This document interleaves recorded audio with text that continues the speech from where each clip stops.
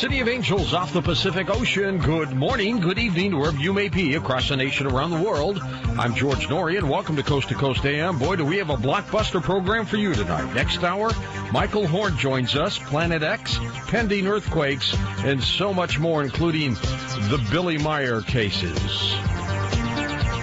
The stock market, if it were in the middle of a boxing ring, it would take it on the chin once again. The Dow tumbling to levels not seen in nearly 12 years as investors continue to worry about the government's efforts to slow the recession. They just simply say things won't be sufficient enough to fix it. The Dow Jones Industrial Average lost 250 points, now ending at the lowest point since May 7th of 1997. It has been revealed that Microsoft accidentally overpaid some of its 1,400 employees it laid off last month and then asked them to send the money back. The company reversed course, though, late Monday and said the laid-off workers could keep the extra payouts. Lisa Brummel, the Microsoft Senior Vice President for Human Resources, said the letters were mailed to 25 of the 1,400 people who were let go in January, and that most of the checks were off by about $4,000 to $5,000. Brummel said she learned of the letters over the weekend after one appeared on the technology blog TechCrunch, so they get to keep the money. This is a bizarre story. The state of Washington has sent out $1 checks to 250,000 food stamp recipients in the state. The director of the Community Services Division for the Department of Social and Health Services there says the checks were mailed out on Feb 17 and trigger an additional $43 million in federal food benefits because of that. They also connect recipients to an energy assistance program. The spokesperson said the $1 check is a one-time move to leverage the federal money. I tried to put down some things what you could buy for $1. Let's see, maybe some gum, a candy bar, maybe even an apple or two. A parent's worst nightmare. Imagine this. You have a little child and he or she wants to watch television and somehow walks over to the TV, and these are some of these old ones, these heavy ones, right? Not the flat screens. Pulls the television down on themselves. 6-year-old girl in El Monte, California, killed after she pulled a television set off a dresser onto herself. Police Detective David Smith says the girl was in a room with a sleeping adult on Sunday morning when she either tried to turn on the television or pull something off the dresser, bringing the 32-inch TV down right on top of her. The family called 911. The girl was taken to a hospital where she was declared dead soon after. A British couple rescued from the middle of the Atlantic Ocean by an Italian tanker after spending 40 days lost at sea. Stuart Armstrong and his partner, Andrea Davison, are now heading back to Britain on board the supertanker Indian Point. Although unhurt, of course, they are tired, exhausted, and grateful to be returning home after their 6-week ordeal in which they stared death right in the face. The drama began on January 9th, 6 days after the couple left the Cape Verde Islands off the west coast of Africa on board their yacht Sarah. But midway through the 2,500-mile journey, disaster struck, and the rudder on the yacht jammed to the starboard. Attempts to fix it were useless. At this stage, the couple who live on the yacht were in the middle of the Atlantic, 1,200 miles from Antigua, 5 days sailing time away and out of range for any rescue attempt. What is so bizarre, though, is they were in contact with their family and relatives with radios or phones, and nobody was able to find them. Droplets seen on the landing struts of the Phoenix Mars lander could be water, according to a new report. Images taken of the legs of the lander in the days after its landing on May 28th of 2008 show what appear to be drops of liquid. Over the course of the next Martian month, the drops will grow, they merge, they drip down the lander's legs, according to the National Geographic. Richard C. Hoagland talked a little bit about the water in that area a year ago. India has approved billions of dollars in its plan to launch its first astronauts into space by 2015. The Indian Space Research Organization will attempt to put 2 people into orbit 172 miles above the Earth for 7 days. NASA has delayed the planned February launch now of the Space Shuttle Discovery for now the fourth time, leaving the space station-bound construction flight in limbo as the debate continues over whether the spacecraft can fly with faulty fuel valves. The announcement came after a day-long meeting of senior NASA managers. Richard C. Hoagland will be with us for the hour in just a moment to talk about these space issues and some other things as well. So I'm looking forward to that. Mysterious UFO sightings may go hand in hand with a puzzling natural phenomenon known as sprites. These are flashes high in the atmosphere triggered by thunderstorms. The dancing lights have appeared above most thunderstorms throughout history, but researchers did not start studying them until one accidentally recorded a sighting on camera in 1989. They say lightning from the thunderstorm excites the electric field above, producing a flash of light called a sprite, and they say this could explain some of the UFO reports which have cropped up over the last few years. You know, the story we had last week, they thought by looking at Google Ocean that they might have found what could have been Atlantis. Well, don't get your hopes up. Hopes that the lost city of Atlantis have been found on Google Ocean have been shattered. Keen observers had spotted what appeared to be the outline of a vast city the size of whales on the floor of the Atlantic Ocean, but the crisscrossing lines located 600 miles west of the Canary Islands were explained as an artifact of its map-making process. Details for the ocean maps on Google Earth come from sonar measurements of the seafloor recorded by boats in the area around the Canaries were mapped by boats traveling in a series of straight lines. And that's what they are. Oh, well. But author Dorothy Cora Moore, she's researched the story of Atlantis for more than 30 years. So, Dorothy, though this is not Atlantis, the quest continues, I trust, right? It does. Our hopes are dashed. Yeah. You always hope when you see something like this that it might be something, even if it's not Atlantis, an ancient city, and, you know, how fascinating. There were a lot of red flags that we pointed out in the article, but I really thought that it was interesting that Google said that they were involved in mapping the floor of the ocean. I don't think they were. I think they get that data from the Navy, don't they? Yeah, I think they do, and maybe they just want to be a little confidential in terms of the kind of information they get. But they said that what we were looking at last week when we were talking about this with you, Dorothy, these lines that look like they could be walls of the city, really, I guess, are just sonar reflections of the boats traveling in the lines in a square. Oh, well. It does make sense. You know what I would really love to learn more about? Do you remember the caller that you had who said that someone had discovered a pyramid taller than Giza, the one at Giza, under the ocean? I wish we could find out more about that. Yeah, we're working on getting a whole bunch of information. Are you? We sure are. So do you still think Atlantis is out there somewhere, Dorothy? I do. I believe it was a continent. I think they could find many cities. When I looked at this, I said, you know, I don't think it's the capital city because the capital city was supposedly laid out like a disc. And I talk about this in my book, The Atlanteans. It began at the foothills and then ended at the foothills. So you would see these kind of like a half circle lines of roads coming out. So it wouldn't be squared. It would look different.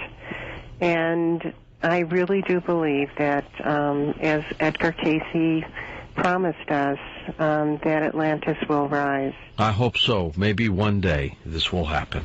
Up next, Richard C. Hoagland, head of the EnterpriseMission.com. We're going to be talking about all things space with RCH in a moment on Coast to Coast AM.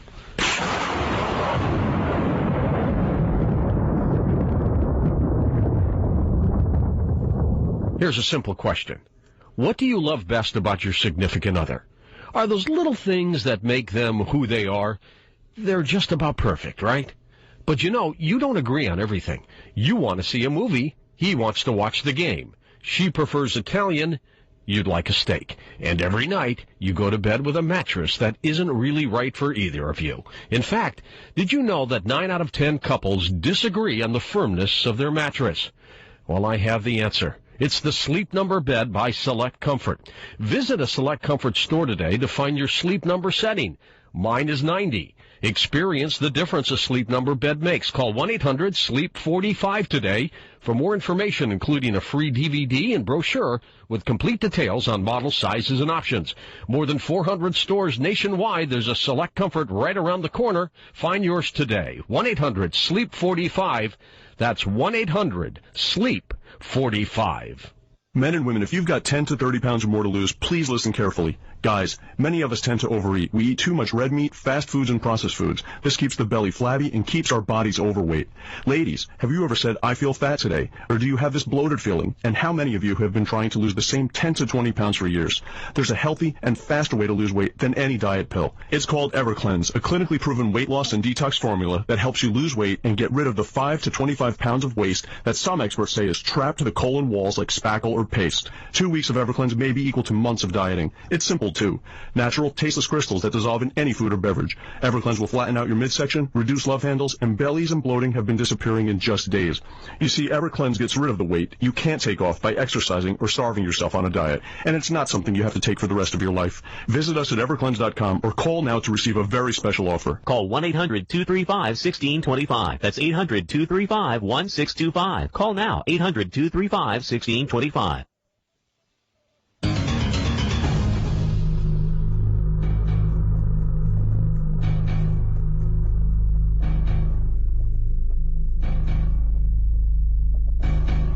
All right, here he is. He's the head of the EnterpriseMission.com. He's our science advisor, Richard C. Hoagland, talking about a number of space stories that have been breaking over the last few weeks. Richard, how are you? Good evening, George. You know, I have a slight nit to pick with you. Go for it. Will you ghettoize me? I'm not just space, I'm everything. That's what a generalist does. That's what Science Advisor to Coast is. It's, you know, I mean, come on. Coast is the most generalist program one can imagine trying to advise and to stay current with all the various guests and all the various modalities and expertise and all that. You got to know a lot of things or know a lot of people who know a lot of things. So what I'm going to try to do in the hour we have tonight, minus commercials, is to connect space with a lot of the stuff that's going on right here on planet Earth. Do you remember a show on British television, came to PBS years ago by James Burke called Connections? I never watched it. I've heard of it, yes. You've got to, maybe for your birthday or Christmas, I'll just get you the DVDs.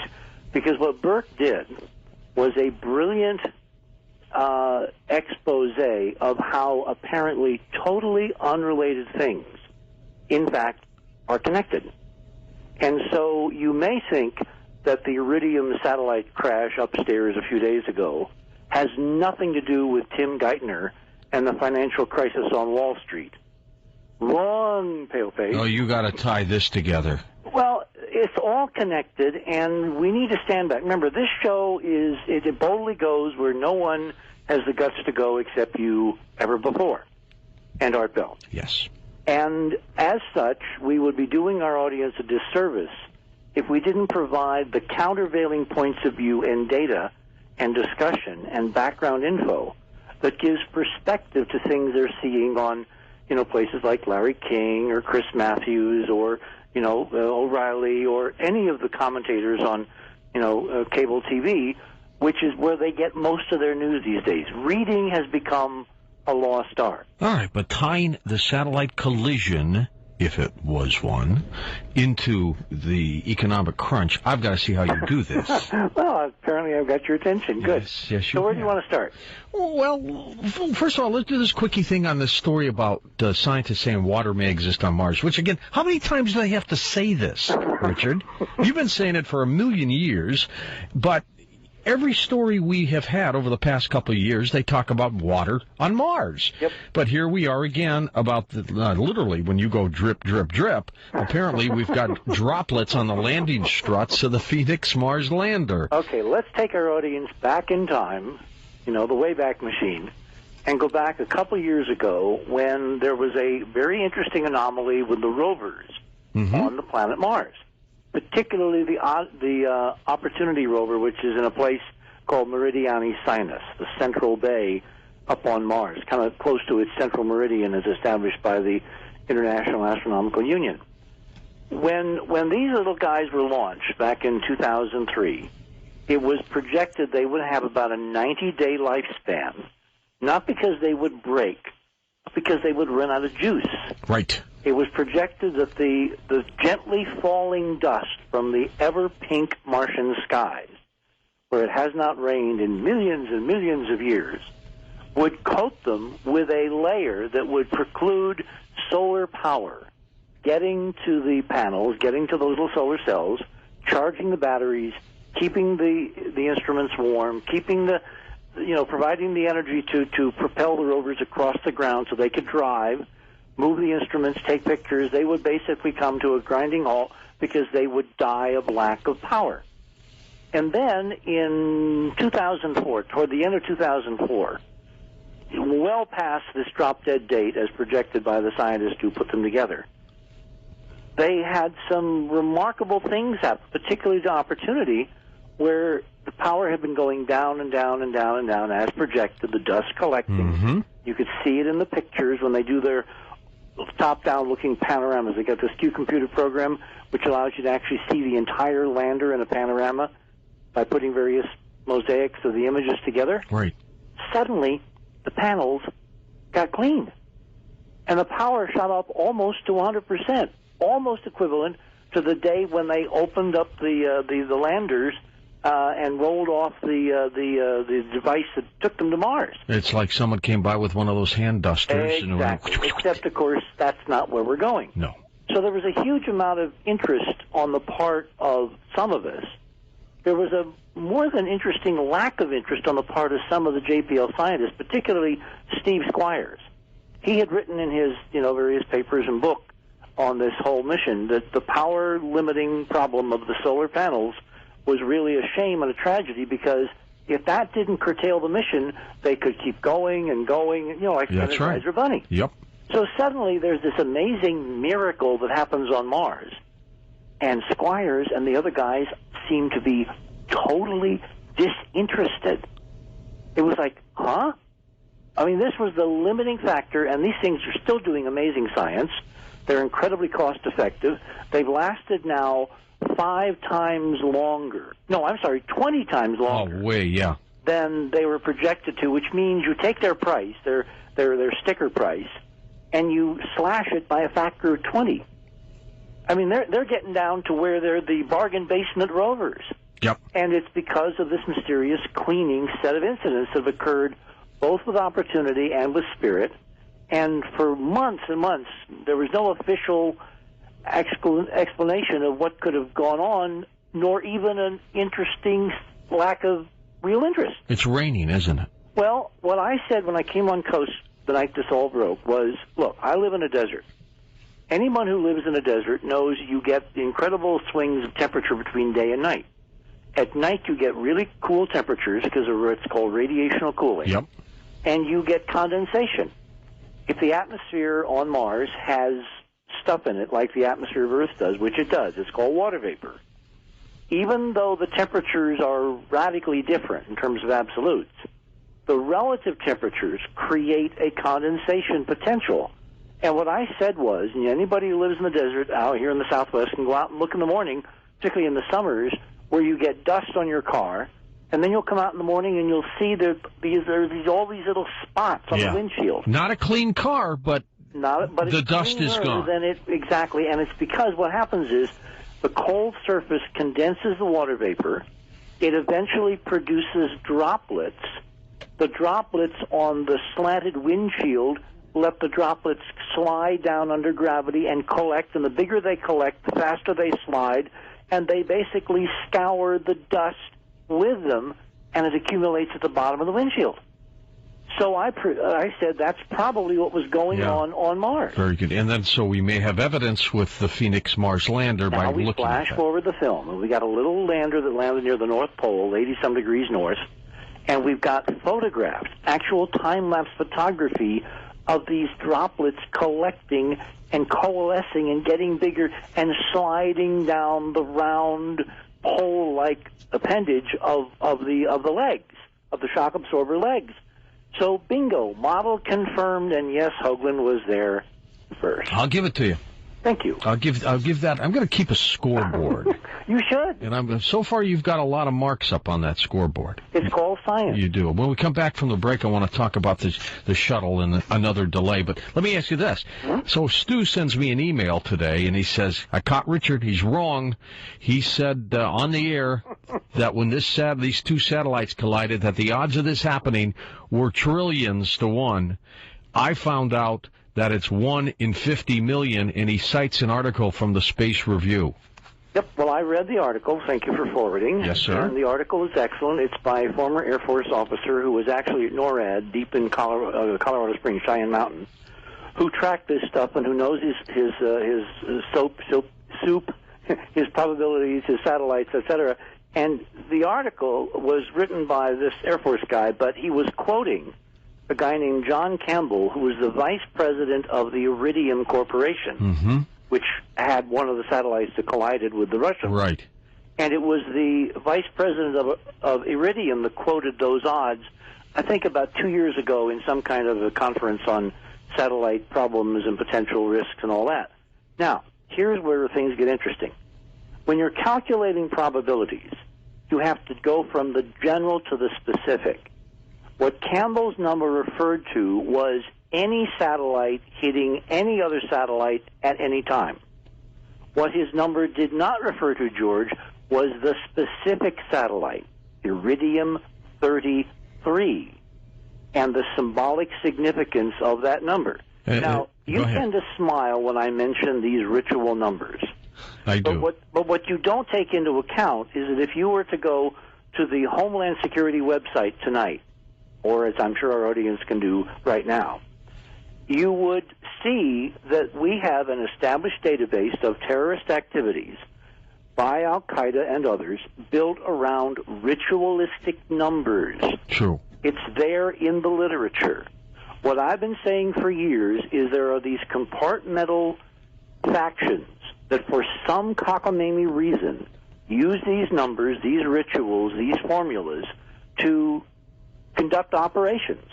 Now, I don't happen to agree with anything that they might stand for, and neither do you and most of this audience, but the fact that this is in fact what's going on, it's part of our geopolitical global landscape right now, must be taken into account. So when you factor in the specific satellite out of 1,000 that are up there, that immediately jumps the number of the probability function up by 1,000. So it's not 1 in 50 million, it's 1 in 50 billion. Then, if you include larger pieces of debris, not just satellites, which are there are hundreds of thousands. Let's catch you when we come back.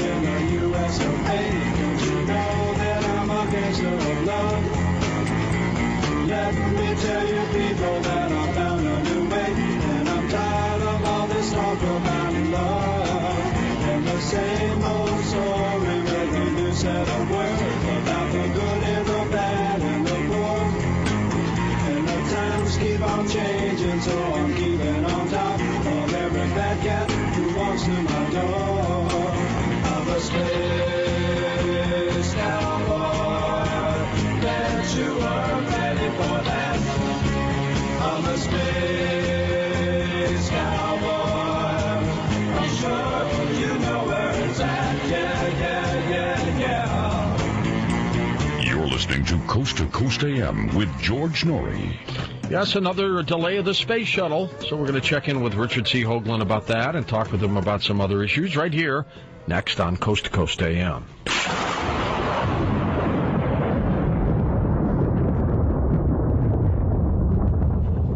C. Crane, dedicated to getting you the very best in radio, when, where, and how you like it. And sometimes it is convenient to have a small radio next to you, perhaps when you're just dozing off or when you're traveling. C. Crane's new SW Pocket covers AM and FM and shortwave. It gets reception better than any radio in its class. It has 200 memories. Boy, that's enough to save all your favorite stations, isn't it? And it takes 2 AA batteries that last up to 70 hours. You can order your CCSW Pocket right now and get great reception no matter where you take it. I bought a few of these for gifts over the last several months, and let me tell you something. They love them. The SW Pocket. It's only $49.95, or you can just call this number, 1-800-522-8863, and receive a free catalog. Give them a call in the morning, 1-800-522-8863. You can also visit C. Crane online, ccradio.com. Thought about your liver lately? Well, how are you feeling? A little run down, sluggish? Could be those impurities in your system. It's time to focus on your liver. It's your body's main filter. Keep it clean from impurities in your diet and environment with Liverite Liver-Aid. Liverite is the all-natural dietary supplement that aids and supports liver function. Take it daily for better energy, better quality of life. You'll find Liverite in the vitamin section of Walmart, CVS, Walgreens, Rite Aid, or go to liverite.com. Liverite, Liverite. Are taxes, food, energy, housing, medical forcing Americans into poverty? Is free enterprise flawed, or is our monetary system forcing us into perpetual debt, ensuring inflation and higher taxes? The answers are in Griffin's book, The Creature from Jekyll Island. Ron Paul states it's what every American needs to know about the Fed and central banking. Hi, Ted Anderson. I will give a U.S. silver dollar to everyone who purchases this book. Call 800-686-2237. It's critical to be made aware of the system. Get your copy today, 800-686-2237. That's 800-686-2237.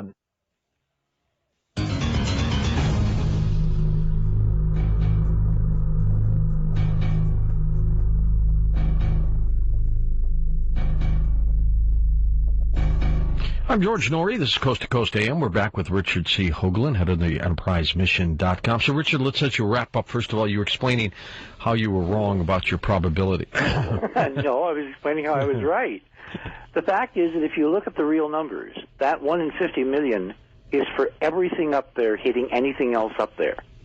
What we're talking about is active working satellites, functioning satellites that are in one piece, you know, with solar panels and power supplies and computers and all that. Doing what they do. Doing what they do, or having done what they did, having run out of fuel, and are still orbiting as contiguous objects, but they're basically not functioning. The lights are off and there's nobody home, that kind of thing.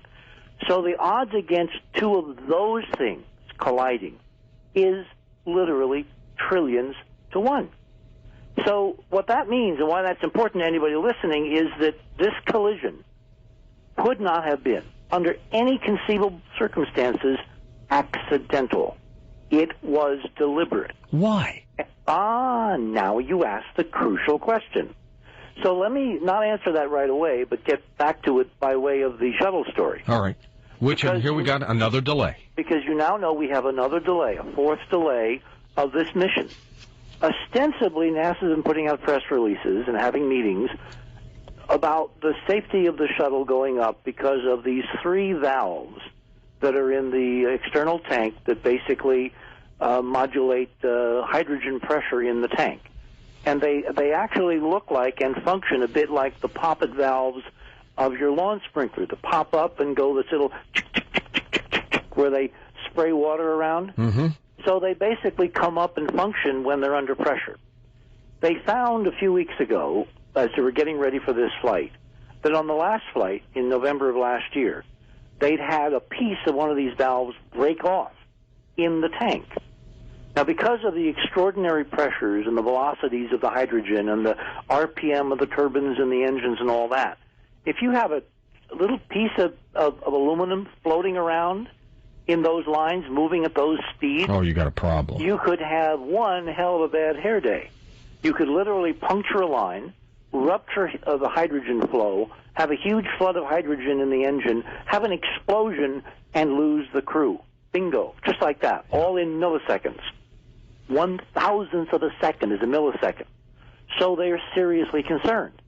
But what's interesting, in the piece that I sent you on, I guess it was yesterday, from Bill Harwood, one of my old colleagues at CBS, who's still on the space, coast, still doing his job for CBS Radio, an excellent job. Bill is a real expert. He's one of the best. One of the best.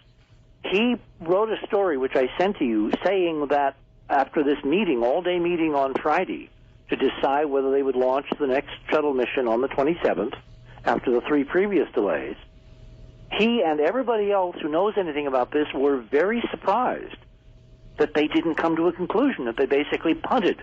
They basically said, okay, we're going to put it on indefinite hold pending another meeting this coming Wednesday. And I said to you in the last on-air report I did last week, this is a lie. This is a cover story, which, of course, Bill was not in on. He's one of those folks that accept NASA at their word. Because it's like you ask the question, why? Look, when you find a dead body on the floor, is the first question the inspector asks is why? No. No. He asks how. How. And who, not why. Who is it? How did it happen? Exactly. So I look at this as a forensic analysis. We've got a problem. We've got a huge collision in space which has produced thousands of fragments in orbits that are not healthy to all other satellites in low Earth orbit, including where the shuttle flies and where the space station flies. And we then have a shuttle mission pending to go into orbit, suddenly put on hold, and NASA comes out with an excuse. Whereas, in fact, and I can back this up with sources that have now told me that I'm right about this. Of course, they won't go public, and they probably shouldn't, because that would destroy their effectiveness as sources. But the real reason NASA is putting the mission on hold is they are frantically doing calculations as to whether this debris cloud from the collision of Iridium-33 and Cosmos 215 something. 2251. Thank you. You're welcome. Is going to actually negatively impact the potential survival of the shuttle crew if they were to launch. Even before this collision took place, the odds of the shuttle successfully making it to and from orbit without running into a piece of junk was somewhere on the order of 1 out of 185. Probability is 1 out of 185. That is hugely bigger than 1 in 50 million. All right? Well, why don't they just come straight? Why don't they tell us? Yeah, I mean, we've got debris there, we're concerned. Okay, say that. Well, that gets into the sticky area of they want to know what the hell happened. Because, look, there's a huge number of experts in this field, in NASA, in the Air Force, at NORAD, in private companies. In fact, most of the analysis, almost all of it, is done by private consultants and contractors, not by the military, not by the Air Force itself. Companies like Lockheed Martin and others like that. So what NASA obviously doesn't want to do is to admit that this has caused a severe problem, which may actually get a lot worse, to where it could preclude, George, putting men and women in space in the shuttle ever again. Let me ask it's that bad. All right. Now, why wouldn't they want to admit that? No, I don't know. Because that would raise the specter, what the hell really happened with Iridium-33 and the Cosmos satellite. And what they don't want to tell us is that this was deliberate. Why wouldn't they want to tell us that? Because it means we're at war with somebody upstairs. Look, we got a lousy economy, a global situation which is, going into the tank, a brand new president. We've got instabilities around the world. We got Afghanistan. We've got Iraq. We've got the Middle East. Do we need one more potential disaster for the Americans to try to get their minds around as to life not getting better but getting worse? Are you saying somebody's trying to knock out our satellites and vice versa? It looks like it. Now, let me give you another piece of data. Just a few days before this collision in space happened, what happened under the Atlantic Ocean, which was impossible? What? 2 big nuclear submarines collided from Britain and France. Collided. That's right. So you got collisions underwater, collisions in orbit. Somebody does not like us. Somebody is throwing their weight around. Somebody is massively exerting power to demonstrate to the military-industrial complex of every nation on this planet that they, in fact, are potentially in charge. Is somebody playing around with guidance? Yes. And how do you do that? With torsion technology, torsion waves, HD physics, the kind of physics I've been discussing on this program for over a decade. That I've got Russian experiments and our own experiments to show that it's real. Sounds James Bondian, doesn't it? Doesn't it? It makes one wonder, where did Ian Fleming get Thrush and Spectre and all those wonderful third-party organizations that seem to have resources equivalent to nation-states and whose intent was to louse up the world? Oh, I'm going to give you this. As wild as your theories are, and have been over the years, the ones that eventually become proven, you're right on with these things. But look, you don't say that to James Corsi. You don't say that to sure I do. Stan Dale. Yes, I do. No, you don't. I jump all over them, When you too. talk about the Illuminati, you get grim and serious and, oh, my God. Look, we've just got a new guy elected who nobody wanted. His name is Barack Obama. We have a major New York City newspaper putting out a cartoon, basically, as Julian Bond said today, inviting the assassination of the President of the United States. And he's only been in office 35 days. Suppose he is not of the Illuminati, not of the Rothschilds, not of the Rockefellers, none of the power groups that are vying for control, and they're well known. Suppose he really is his own man. Suppose he's making decisions that actually are adverse to the interests of all of those aforementioned groups. How would you warn him that you're not the big guy on the block you think you are, even if you do fly around in Air Force One? Might you not do what has been done to demonstrate that the real power is somewhere else, and he, unlike Jack Kennedy, had better damn well stay in line? I would do a few more things as well. Well, that's where science becomes prediction. If this model is correct, if Barack Obama is being given notice that he should toe the party line and not do anything really outrageous to upset certain people's apple carts, like with the banks, which brings us to the banks, George. Look at what's been happening with the underpinnings of the global lifeline to survival. Without money, nothing happens on this planet, right? Who was it who said, I don't care what their politics are, if I control their money, that's what I want? That's right. So the banking situation has become the crucial laser target for what has to be fixed, which got broken, which went wildly off kilter, which people are attributing to greed, to avarice, to stupidity. I have another model. I have another theory. We've discussed on this program, and you had many guests, some of whom I've recommended, this idea that something might be coming at us in 2012. Mm-hmm. As I said to my network producer, remember, I'm doing a network television show on 2012, which will air this fall at around the time that the major $200 million film, 2012, comes out. From what's his name comes out. From Whitley. Huh? Is that Whitley's? No, it's not Whitley's. It's the other one. And I can't remember the name of the producer, but it'll probably occur to me in the next few minutes. Anyway, the timing is that we put out this special simultaneous with that major film release to get people's attention. There's nothing like a major film to get people talking about a subject, right? Exactly. So as I was discussing with the producer this afternoon, and we're looking at lots and lots of different ways of doing this. I mean, if this works the way I think it's going to work, because I'm going to be one of the key players, this will be the most remarkable 2012 expansive expose and discussion for 2 hours on network television you have ever seen, hopefully rivaling some of the things we've been able to do here. On this discussion this afternoon, I said to this individual, I said, don't you find it surprising that all this money, like Ross Perot's giant sucking sound, is disappearing and nobody knows how to account for it? Nobody even thinks they have to account for it. When the banks were asked about the TARP funds a few days ago, well, they basically say, go shove it. We don't have to tell you.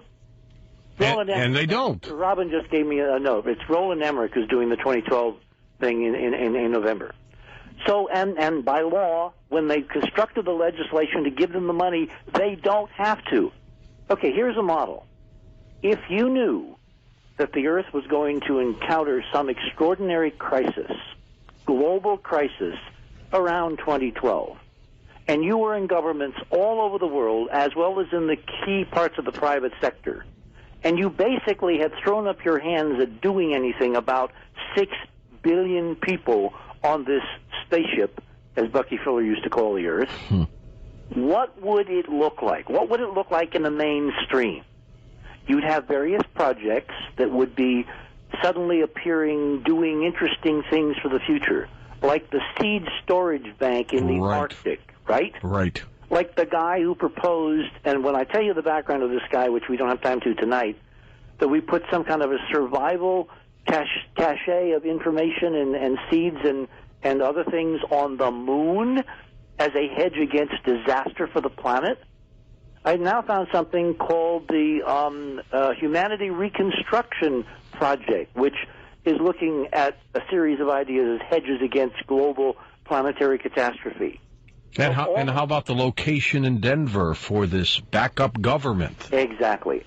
All of this takes money, George, and it takes money that's off the books. You can't go to Congress and basically ask for an appropriation for a planetary disaster that's going to kill 95% of the human race in 2012. No, you can't. You can't for several reasons. One, a whole bunch of reasons. In panic. I'm telling you, there would be massive panic. Because the cure would be worse than the disease. Yes. So you do it off the books. You do it in clever, spooky ways that no one would admit to.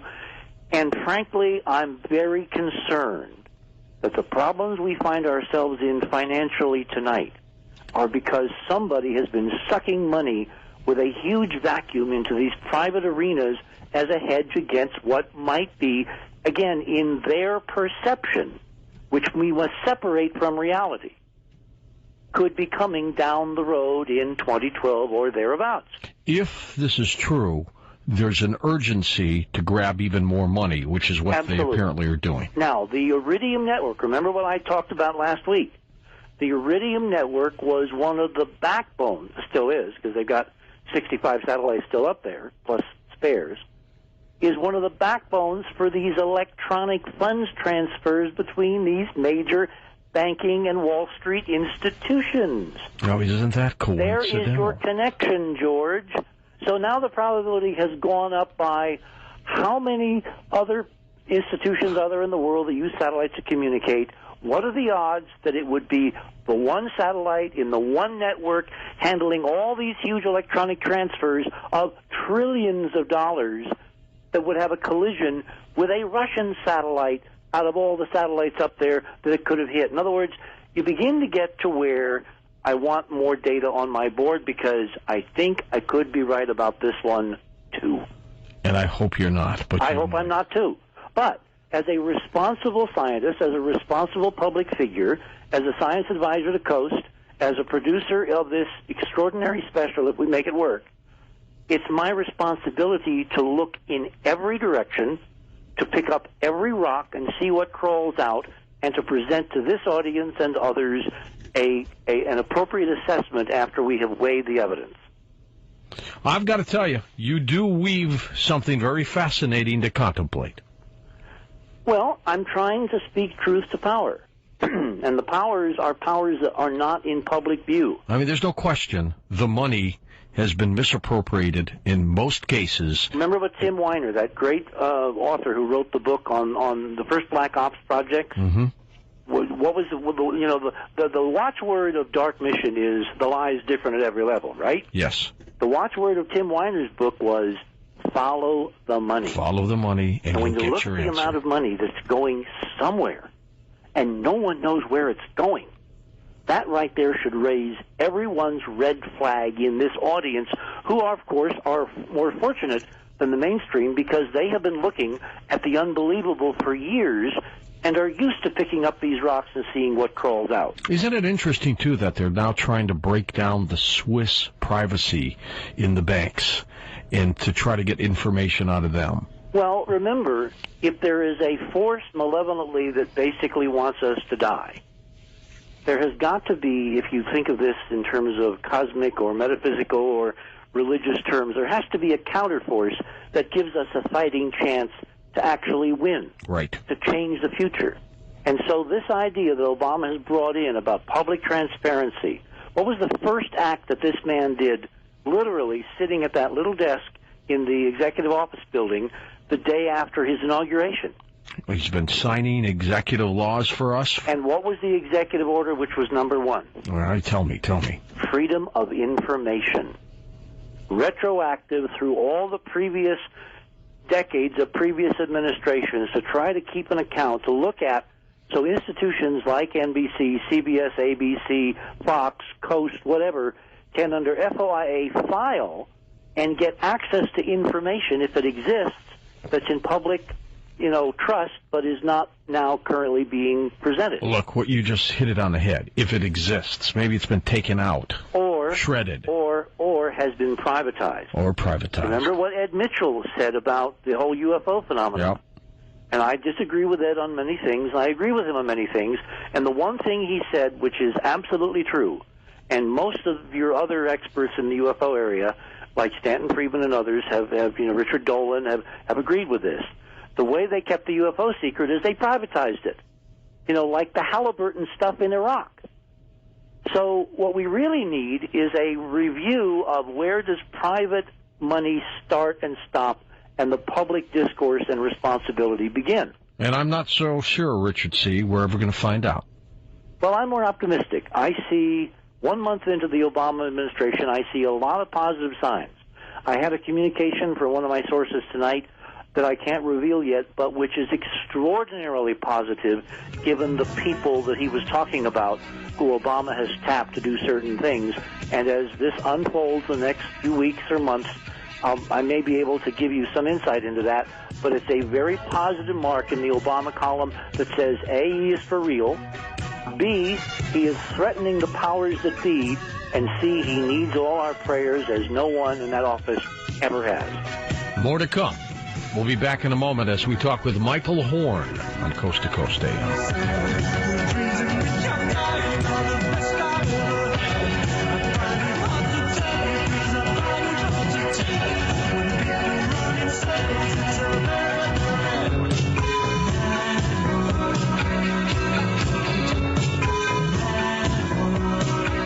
Let's get down to some direct talk from DirecTV. At a time when the cost of almost everything around you is spiraling out of control, DirecTV puts you back in control with this amazing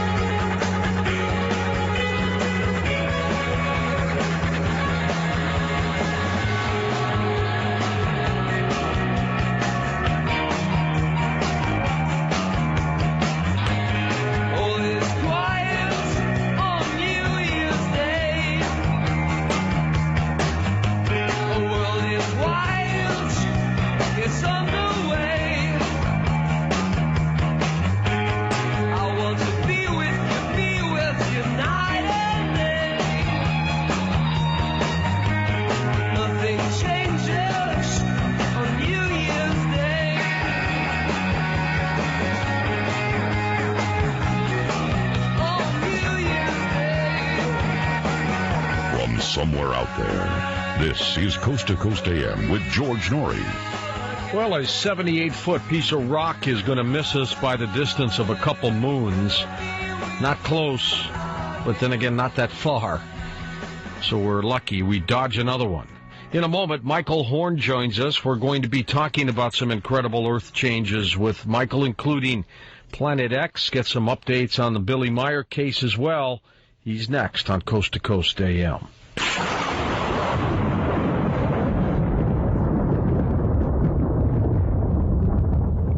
Don't you hate it when people say, I told you so? Well, so I'm not going to say, I told you so. But gold is going through the roof these days, folks. It's going up, up, and up. People are unhappy with the stock market. They just don't want to invest. There is panic selling, no doubt about that, because there are some companies out there that are still doing pretty darn well, but people just have lost faith in the market. and they're turning to gold, and the price of gold now is going up. Gold has averaged 23% a year versus 5.5% for stocks, outperforming stocks now by at least 500%. This year will be a repeat. Gold demand is skyrocketing. I'm just going to ask you to learn about gold investing, and you decide what you want to do. But call Lear Capital. They'd like to send you a free gold investor kit. They've got thousands again. Kevin DeMeritt, the president of Lear, just keeps ordering them, and they keep coming in. So take advantage. Call 1-800-474-4259. That's 1-800-474-4259 to get the free gold investor kit. 1-800-474-4259. Presenting another compelling identity theft metaphor, brought to you by Identity Guard. Today, icebergs. When it comes to identity theft protection, a free credit report is just the tip of the iceberg. But often, there's no iceberg below the surface, just a tip bobbing about. So get Identity Guard. With superior protection tools and patented technologies, Identity Guard is a colossal identity theft protection iceberg. All this from the company that's protected over 20 million people. And that does not sound like something an iceberg tip could accomplish. So get Identity Guard and get real protection, not just a free credit report tip. Don't be a victim of online identity theft. Get Identity Guard. Serious 21st century stuff for 21st century crime. Sign up now and get the added security of your personal password protector, ID Vault, a $50 value. Free plus shipping and handling. Call 877-600-2669 now. That's 877-600-2669. Or visit IdentityGuard.com.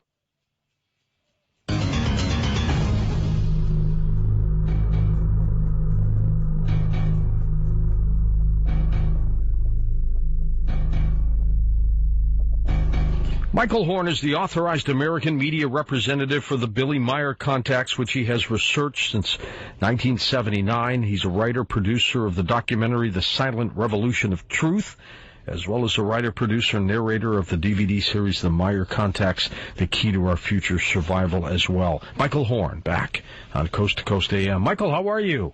George, I'm fine, and I thank you for having me back on. And if I may, I'm sure you'll second this. I thank Lisa also for all of her work on behalf of, bringing the Meier case in. Absolutely. I'd second it and third it and fourth it as well. It's good to see you this last weekend, by the way. Yes, thank you.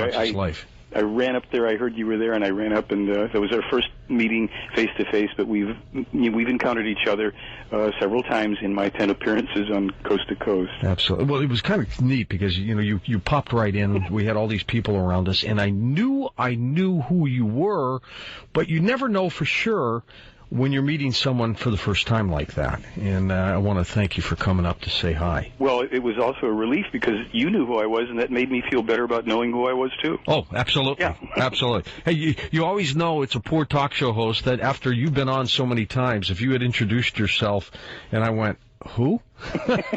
We have a problem here. Yeah.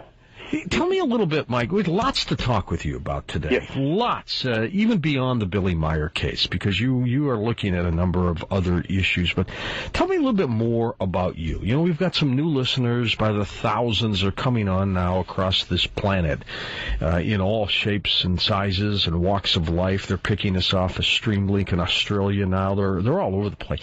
Tell us about Michael Horn. Well, I'd be glad to, but is there something in particular so I don't just ramble on? And No, I'll ramble on. Okay, well, I was born at a very young age. I think I should start there.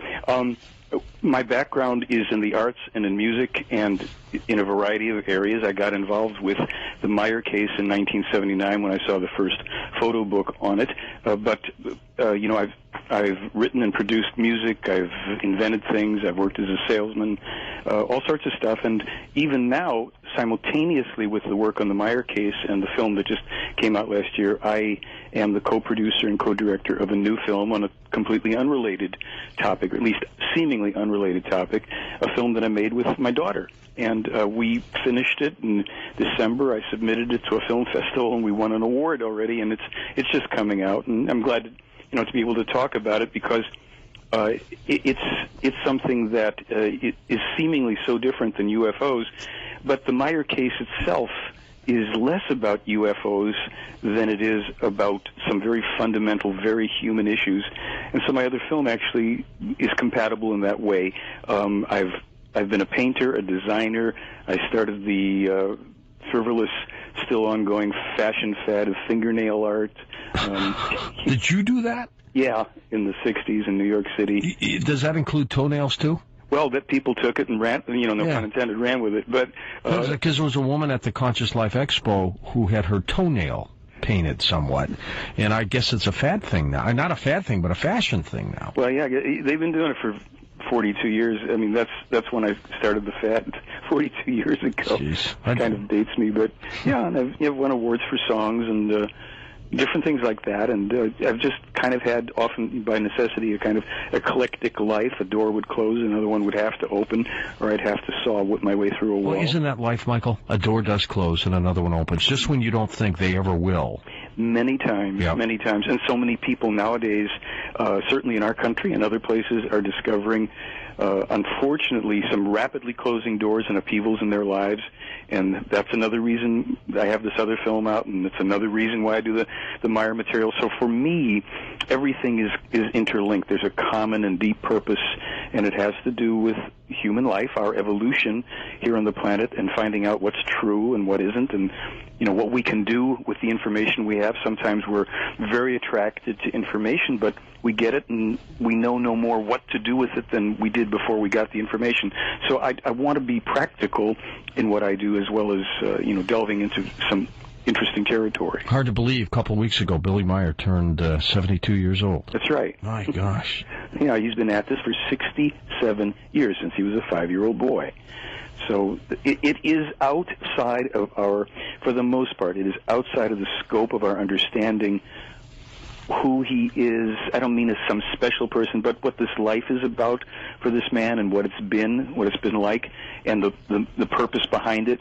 It's so very different than what we get presented with in the so-called UFO lore and all. It's so totally different. I've been to Switzerland to hang out with him and other people there 10 times in 9 years, and this is not anything like what most people imagine this to be about. These are very down-to-earth people who live a very high-maintenance existence in a rural part of Switzerland, a lot of work all the time, 24/7, 12 months a year, and how this all works with so-called extraterrestrial contact case is part of the delight of this whole story.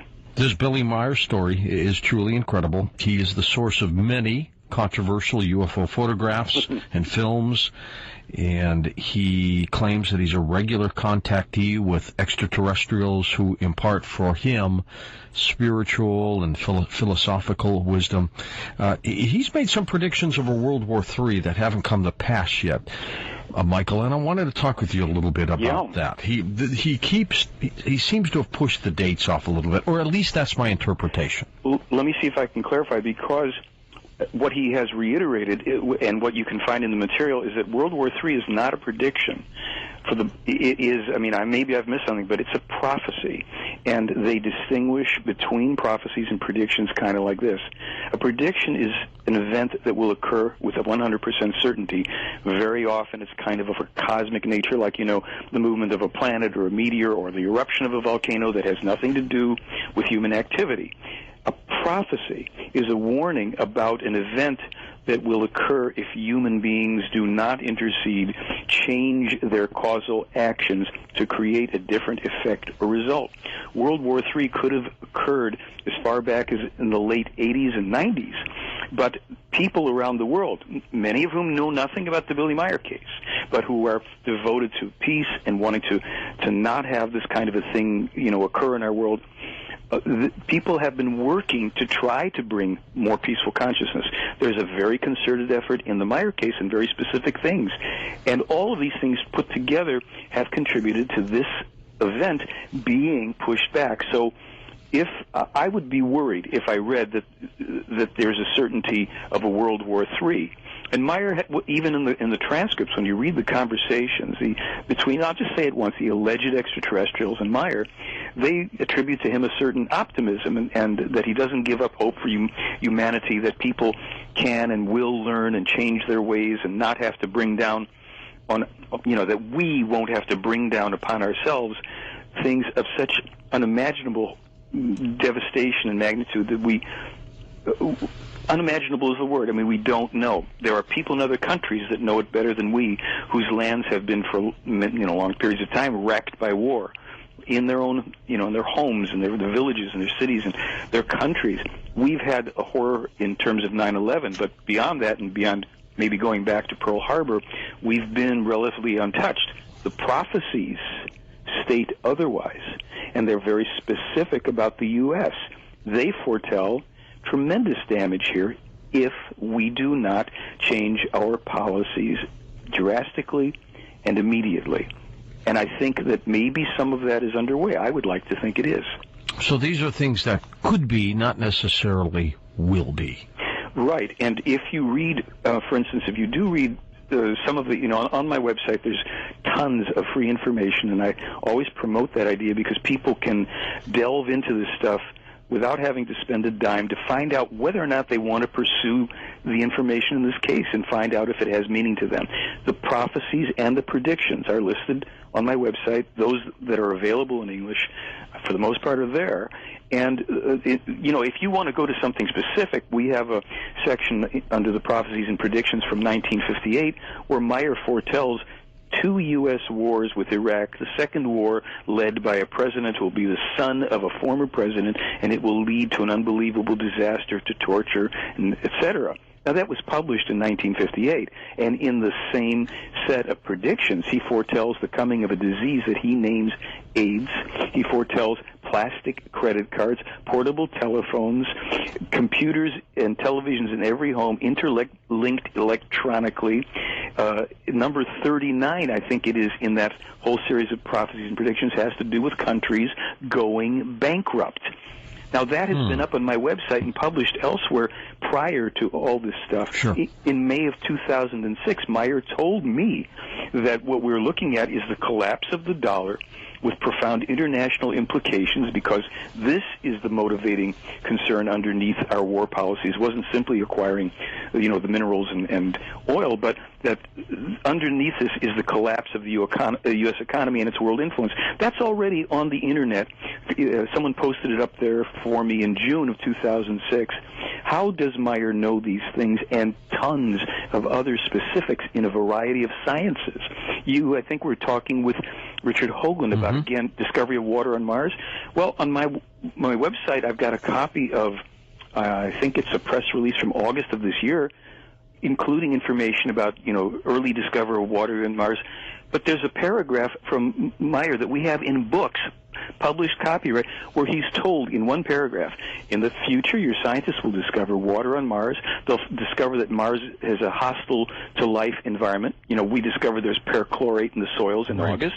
And then they said you'll discover life forms, microscopic or microorganisms, floric, faunic life forms, and that just was a few weeks ago. But that's been on my website since August, and it's been in print for 32, 33 years.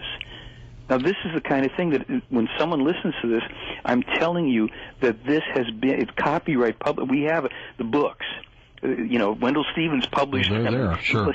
and more, tons of things that show that the information he was getting from some source. And there's an astrophysicist named David Froning who came to a presentation. Got up on stage with me for 450 of the corporate clients of the Biltmore Hotel in Los Angeles, and he stepped forward and he said, "We believe we've made breakthroughs in our understanding of zero-point energy and hyperspace propulsion from Mr. Meier's films and his published work, and whoever is advising him is scientifically very knowledgeable." That's a guy with top-secret clearance in defense industry and all the rest.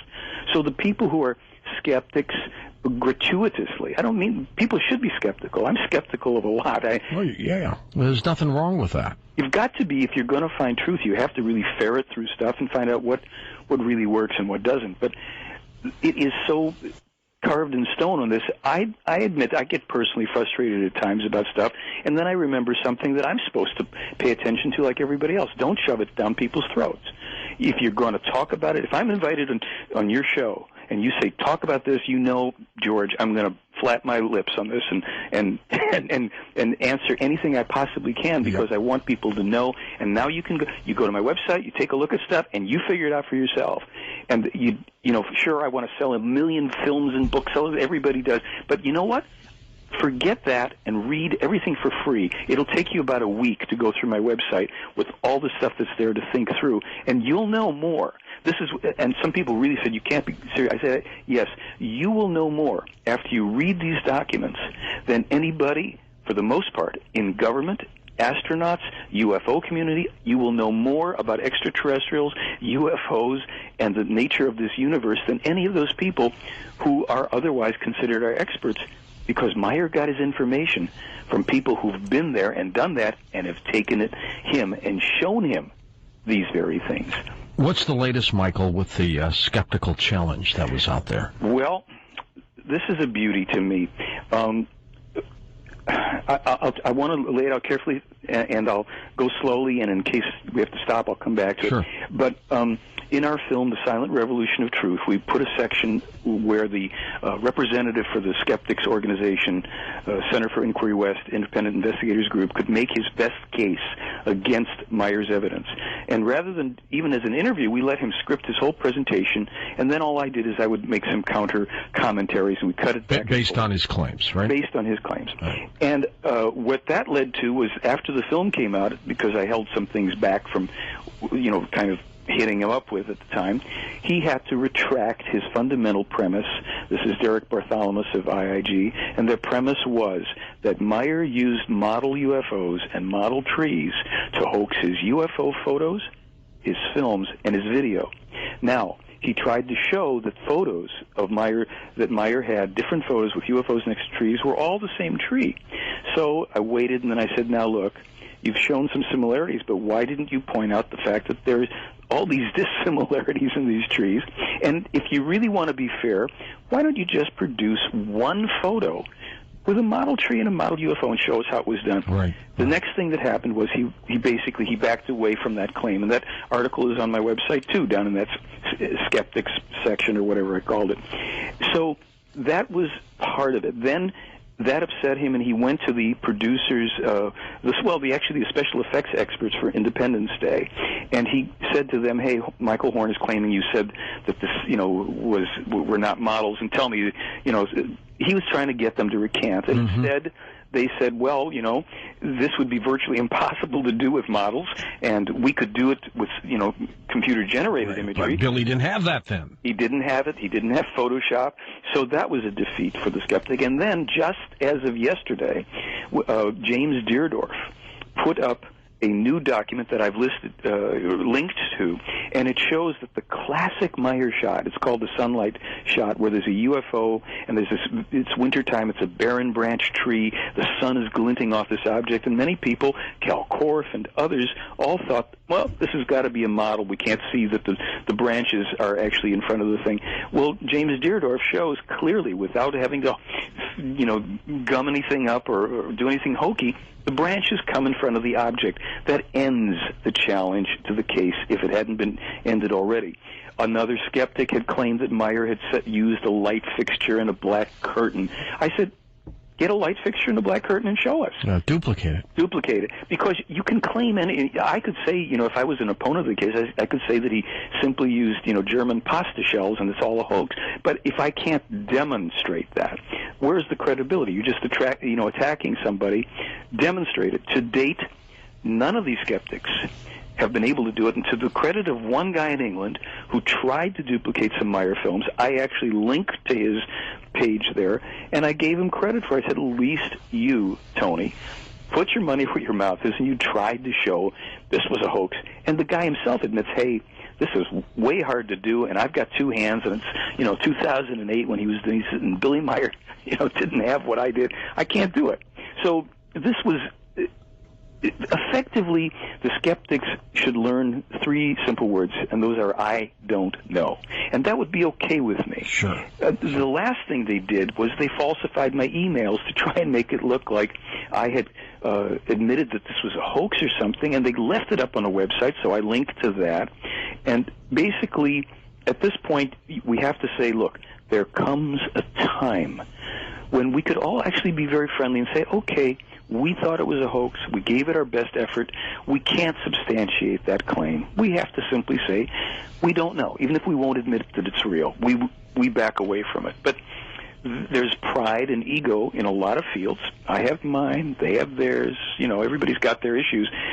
And so they stick themselves in a corner, and that's okay, because the skeptical challenge to the evidence in the Meier case is over. Now we have to deal, in my opinion, with the merits and the reasons behind. Let's face it, if there are UFOs that are of extraterrestrial origin, not just the military stuff, and if there are extraterrestrials piloting them, they're not doing this just to perform light shows for primitive Earth humans.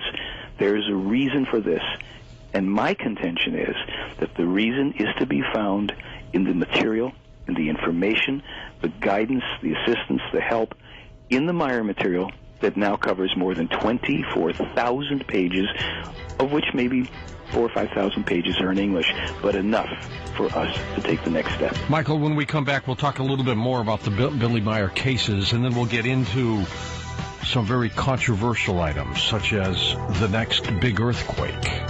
Where will that be? Red skies at night.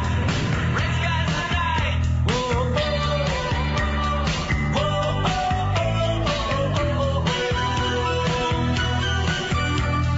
red skies at night. Red skies at night.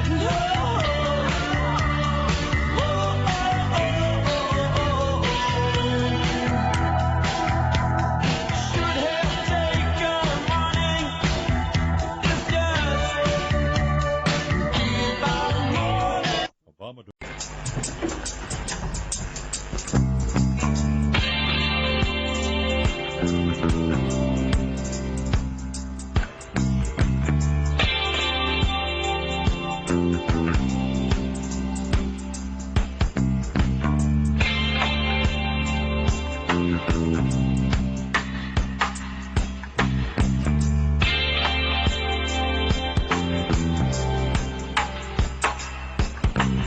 giant steps are what you take, walking on the moon. I hope my legs don't break, walking on the moon.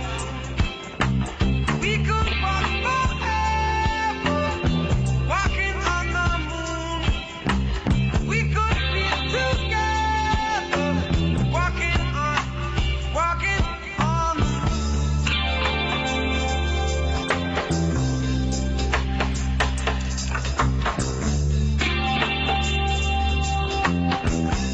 From somewhere out there, this is Coast to Coast AM with George Noory. Well, I'll be in Vancouver, Canada this weekend, and you can find me by getting some information by going to the coasttocoastam.com website. Click the calendar section. You'll see that right in the middle of the homepage, a little story about the travel schedule. And there are still some tickets available now. They've opened up a few more after almost selling out this theater. So come on by. Those of you in the greater Vancouver, Canada area, of course. And then those of you in Seattle and Portland, you want to come on by, there's just a few tickets left for the major event. We're going to be doing a live broadcast from 7 to 10 p.m.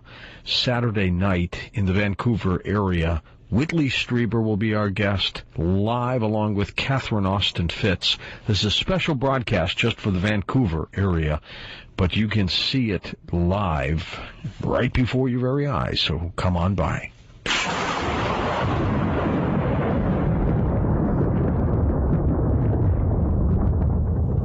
When I feel a cold coming on, it's Cold War that I take, formulated by a doctor of pharmacy. Dr. Thompson's Cold War contains the 3 cardinal ingredients, zinc, echinacea, and vitamin C, that have been clinically shown to maximize immune support. Available at A&P, Pathmark, Meier, Snyder's, CVS.com, and most other pharmacies can have it in their store within 24 hours if you ask them to order it. To order a free sample, call 1-866-COLD-WAR or GoColdWar.com. That's GoColdWar.com.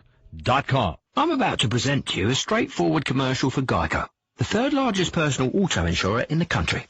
Last year, over 3 million drivers switched to Geico, and Geico received a customer satisfaction rate of 97%. Standard & Poor's has consistently awarded Geico a AAA rating for financial strength. This is usually where I'd say something cute or clever, but like I said at the beginning, we're keeping this straightforward. Goodbye to you now. Geico. 15 minutes could save you hundreds on car insurance. Individual results may vary. Program not available in all states. See contract for complete terms. If your credit card debt is out of control, if you're in over your head dealing with monthly payments, there's powerful information you need to know about the government's bailout of credit card companies. If you have more than $10,000 in credit card debt, you have the right to settle that debt for a fraction of what you owe. With monthly payments you can afford, credit card companies have been given billions and need to clean their books once and for all. And that's great news for you. We're Credit Answers, and we'd like to offer you free information that will show you how to settle your credit card debt with payment plans customized for you. It's yours free by calling 1-800-200-1323. Don't declare bankruptcy. Give us 10 minutes and learn how we have saved our clients millions. Live better, debt-free. For free information on how to settle your credit card debt in a government bailout era, call 1-800-200-1323. That's 1-800-200-1323. 1-800-200-1323.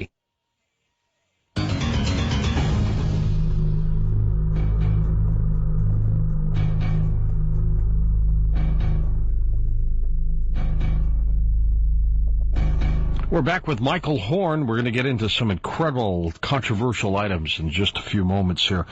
Billy Meier still in contact with the Plejarians? Well, the Plejaren, yes, from what I understand. His contacts continue, to this day. Do you... Now, he has survived some attempts on his life. How many, Michael? 21. 21? Yeah, I know it's comic book numbers, but I have talked to people who've witnessed 12 or more witnesses to at least 1 dozen of those attempts. Give us some of the examples, too, of what the people have attempted to do to him. Well, rifles, handguns, knives, small axes, severing of the brakes to his car. I mean, some phenomenally difficult kinds of attempts that were complex, and supposedly a couple from an extraterrestrial group that had been based on the planet until about 1979 that was trying to do away with him as well. So his children were almost kidnapped at knife point. Just a variety of things. In the film, he describes one of the attempts on his life. He shows where it happened, and he also shows how in a dream, a day or two before, he had a dream that this was going to happen, and he fashioned for himself a metal plate, and he put like a little agenda book over it, and he put that on like a little string around his neck under his jacket. So when he went, it was I think he was going for a contact, and he went down this one road that I myself have walked many times, and he said it was from there that someone came out of the bushes with a handgun and shot him point blank right at the spot where he was wearing the thing, and they still have the book with the hole all the way through it and the metal plate with the hole going into it and the flattened bullet I think they have somewhere too, and we show that in the film, and it's very dramatic. That's unbelievable. Now, has he gone to law enforcement out there in Switzerland? What have they done? Well, they apparently haven't done too much. On one case where someone shot at them through the car window, and the police said, well, maybe it's a bullet, maybe it was a large stone, and they kind of have a laissez-faire attitude. The Swiss intelligence, from what we understand, knows full well what's happening with Meier, along with the CIA. The CIA were actually based in a military base right up the hill from Meier's place. When you go to visit him, if you're coming from one direction, you wind your way down a road, and on the left is a relatively abandoned military outpost, and that is where the CIA had based themselves for some time. A few years ago, I asked Billy, I said, so, are they still up the hill? He says, oh, no. They, their technology's so sophisticated, they don't have to be that close anymore. But he says, yes, we're always monitored. But he says, I wonder why they don't just come and knock on the door if they want to know something, because we don't really have any secrets. We would tell them, and he's kind of got a cute sense of humor. It's like for somebody that has encountered so much grief as well as phenomenal things, he seems to be pretty balanced about it. Why do they want to do him in? Well, look, this is the most suppressed story in human history. If it's true, let's come from this perspective. Sure. if it's true that there's a man in Switzerland who, since childhood, has been meeting with human beings from another star system, being taken on board their craft as young as 5 years of age, continues to go with them and be shown things in the universe, be given information that he publishes that actually gives a whole other take, not only on human history, but our religions, who the gods of our religions were, the fact that they were, in every case, in our major religions, that they were simply more advanced human beings, as many other people have, of course, theorized. But Meier has this connection to some pretty disturbing proof for the authenticity of his contacts and the accuracy of his information. The powers that be, quite understandably, are not interested in ceding their control and their authority to what would be, in some people's minds, an anarchy, a world gone kind of loopy, because suddenly people would realize that there were beings that existed who were completely outside of any terrestrial control or constraint. Even if those beings are, in truth, benevolent, and if they exist, they could have destroyed us long ago. If those beings exist, and if they appeared, and if the governments acknowledge their presence and all the rest, it's a de facto realization that, number one, our history, our politics, our religion, and all that ain't what we've been, led to believe. And nobody that attains power, frankly, wants to relinquish it, and certainly not in a moment's time when all these craft could hover around every city on Earth for 5 minutes and the game would be over. So the powers that be, what's left of the financial world, politics, religion, governments, and all levels, don't fancy something like this coming. And it is said that certainly a prophet in his own town and his own time is never well respected. And if someone like Meier is the real deal, we're in a global civilization here that's got, you might say 6, maybe the Plejaren say 7.5 billion people on this planet, and we're vying for control, we're in wars, we're doing all this stuff. It makes a strange kind of sense. At least we can understand why those who have a vested interest in power and control don't want some little gray-bearded, pot-bellied, one-armed Swiss farmer turning the tables of reality. Why Edward Meier? All right. So, and Billy came because somebody thought he looked like Billy the Kid, right? Yeah, and because he was walking around in kind of American Western gear, and Meier had a very interesting life in the Middle East as well. In the early '60s, he was called the Phantom. He was hired by West Pakistan, Turkey, and Indian police departments to apprehend serial killers and mass murderers, people who were, doing horrible things to the populace, because he has nerves of steel. Well, he's a tough guy. He's a tough guy. He lost his arm in a bus accident, didn't he? In Turkey? Yes, exactly. He was a bus or another truck came down a narrow road, and he was literally thrown through the window, and his arm was crushed. He tells the story in the film, and it's kind of like, here's a guy you see, he's just got a stump for his left arm, and he's just matter-of-fact explaining, well, I was thrown through the window, and, my arm was so destroyed they had to cut it off, and it's pretty miserable. But your question was more, why Billy Meier? Why Billy, yeah. All right, so here's information, and I like to be clear about something. There's things I claim to be able to prove in this case as well as anybody can prove something. And there's other things that I simply say, this is the information. I will call it speculative because, I can't prove it. But and let me ask you this, Michael. Was there a time in the beginning when even you were a little skeptical, that you stood back and said, I don't know about this, and then you got into it? Well, funny thing, because ever since I was a very little kid, I had dreams about UFO. I mean, we're talking long ago, before people were talking much about it, and stuff like that. It was in my consciousness that this didn't surprise me. There was material in the case, and I'm just going to be really honest to this entire audience. There was material in this case, and I'll get to it maybe after I answer your question about why Billy, but it was stuff that at first really raised a red flag for me, and I will be happy to address that. Okay. But let me tell you about the information as to why Billy. According to the information in the case, we have every human being on Earth and throughout this vast universe, of which there are billions of human races, according to them. There is part of us, it's the human spirit, and it's separate to be distinguished from the soul, which is a temporary construct basically situated around what's called the solar plexus. The spirit, this eternal, immortal part of us, is like a hologram of the universe. It's the potential of all creation. It's situated in a most minute form in the center of the brain. They claim that this spirit reincarnates countless millions of times in the course of evolution, taking many lives, forms of many personalities, changing from male to female, migrate to this race or that race.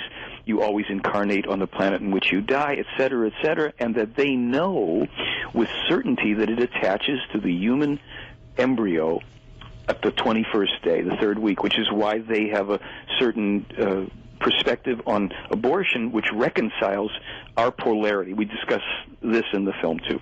Okay, so they claim also that with their science, which they say is about 8,000 years ahead of us, which some people might say, well, that's not all that much, but you look at it exponentially, what are scientific developments in 50 years? Yeah. And, 8,000 years is some pretty swift stuff. Assuming things progress all equally throughout the universe in terms of time, 8,000 years is like a zillion years in terms of knowledge. Yeah. Yes, and the developments. I mean, look what's happened with the telephone, the portable phone, the iPad, all this stuff. And Meier was telling me about little computers that they have that are about a quarter-inch by quarter-inch that are in orbit, that are 90... what do they call it, terabytes or something? I'm not a high-tech guy, but some really phenomenal amount of it, like plasma computers, and way beyond me. And supposedly when the extraterrestrial that comes to him most often, this guy Patak, comes to and says, well, show me on your computer, and he says, show me how to do that, because it's rather primitive for me. We have different things. You can imagine that we have some pretty swift stuff, but if you've got 8,000 years technology, it's going to look different. Well, to get back to why Billy Meier, so we don't hang that out on the laundry line too long, they claim that they can identify and track, if you will, the human spirit, so they can know from, that person that's right now, John Smith, in the past lifetime before this was Shirley Adams, and before that was so-and-so, and what they're saying is this, that the spirit that animates Billy Meier, the one-armed Swiss farmer now, is in a immensely ancient spirit form, probably the most ancient spirit running around the universe, embodied, and that spirit form has taken on a specific task to act as a prophet in this and in other worlds at different times for the reasons of bringing the teaching of truth, the teaching of the spirit, the teaching of life to humans, and that each of the 6 previous times in our world when that spirit incarnated as prophets whose names we will recognize very easily, those teachings were altered and corrupted and turned into religions that only contain a bare reflection of some of the real truths, and that the teaching is never intended to get people to follow a leader or a god or even a prophet or anyone. It's not to deify, it's to liberate so that people get the truth. And the truth of the teaching is that each human has an indwelling, eternal, immortal spirit that evolves over these countless millions and millions of lifetimes before it goes into even the lower levels of spiritual development. We're not going into our light bodies next year, folks, or even in 2010 or 2012. And that what happens is the consciousness of the individual, the personality. I'm Michael, you're George, hey, there's Sally, I see Yoko's over there. The personality and consciousness are responsible for themselves. We are responsible for ourselves individually to grow, to learn, and to not dwell in belief of any kind. Hard idea. Not to believe anything, but to find out truth for ourselves. Now, there are certainly consensus realities we operate by. We believe if we flip the switch, the lights go on. We're not talking about that. We're talking about the most profound truths about life and existence, about creation, that these are things that we individually have to come to terms with, to seek, to struggle with, and we can join together with like-minded people, not to create or follow hierarchies, gurus, masters, leaders, gods, angels, saints, or anything of the like, we must become the heroes in our own lives, but we come together in an ever-evolving collective to become the people of Earth, as opposed to the 150 different countries. We don't have to lose our identities. We don't have to lose cultures. But we will become unified in the pursuit of the higher principles and truth, not in the beliefs that have brother and sister polarized against each other in war and terrorism, etc. And unfortunately, along with secular traditions and beliefs, lots of religious stuff leads us into these things. Sure. And this is counter the purpose of life. Meier is simply the last, they say, person who will perform this quote-unquote job of prophet, simply meaning the truth bringer, and it's not a celebrity thing. 21 attempts in your life doesn't give you a big, contract, except there's contracts out on you. So he simply is the guy who has the strength of character. They knew they could identify this is the old spirit, and there were 5 other people also, not of exactly the same potential, but potentially could have done this job. Any one of them would have been that person for this time, and he was the one, and he was the one who's done it 6 other times. Okay. Or his spirit has been done. Well, let's talk a little bit, and then we'll get into some of these other very controversial items at the top of the hour. Michael, the red flag. You said as you got into this that you even had a few doubts. Well, yes. Let me just tell you what it was. What happened was in 1986, I got the transcripts that contained the 1,800 pages of the conversations that Meier allegedly was having with these extraterrestrials for about a 3-year period, but also in those transcripts, and this is important, he was referring back to other things that he learned in the 50s, and then as time went on, I came into contact with those documents, and they corroborated. However, here's where I get concerned. As I started to read this, I noticed that the people are very plain-spoken. They don't talk like New Age people, like greetings, we are the space brothers, come to you in love, and there's none of that stuff. It's like, this is what we know, this is what we don't know, this is this, and that is that, and we've come to tell you this, and this is your responsibility. Okay, and in there was a lot of stuff about different countries, and there was stuff in there about Israel. Now, I'm not religious. I wasn't raised religiously, but my background, I had 2 Jewish parents, and I learned that I was Jewish from some of the kids in the neighborhood who had certain expletives for me and chased me, and we'd gotten fights and stuff. So I had some sensitivity to that. Now, I read stuff in the Meier material that was talking about the errors of Israel and what it was bringing down upon itself, and how the people must change their ways, and how this was an ancient thing. I'm going, well, wait a minute, I wonder if could this be Nazis from outer space? I mean, really, that came up for me, and I thought, well, how am I going to know this? I know, I'm going to read the things that they're referring to. They were referring to things even like in the Old Testament, and I'd never read these Bibles. So I went in, and I started to see what the information was, and I started to come away with an understanding that, my gosh, they're not being anti-anybody. They are trying to lay out something which got further illuminated when the Talmud Emmanuel was published. What they're trying to say is, look, we are not diplomats. We have no vested interest in making things sweet for you. We tell the truth as we know it, and if you will stop lying to yourselves, you won't destroy yourselves. And here's what we have to tell you about the Palestinians, and here's what we have to tell you about the Israelis, and about the Russians and the Chinese, and this, because they're equal opportunity offenders, if you want to look at it that way. So what they said was, and this is where people will get uncomfortable, some will, and some will not, but I will preface it by saying this. They also are the biggest critics of the Protocols of the Elders of Zion, which they identify as a terrible anti-Semitic tract, which is vile and intended to create anti-Semitism in the world. They also spoke about many things pertaining to the persecutions during World War II, and they put it out as information. To them, it's neutral. It's information. This is this. However, here were the hot buttons. And they said, look, you have to understand that in the historical reality is these lands belong to other people. Then the ancient peoples, who were the Israelites and the Hebrews of the time, took these lands, and in so doing, this is my condensed version, cause and effect was, there were things set in motion just like we set things in motion when we came, our ancestors, for those of us that came to this country and ripped it away from the Native Americans, the Indians here, or those people who trafficked in slaves, and discrimination of all sorts that existed up until even in the last century. What they're saying is you have to be able to face these realities and understand that hatreds and things like this don't simply arise out of nothing.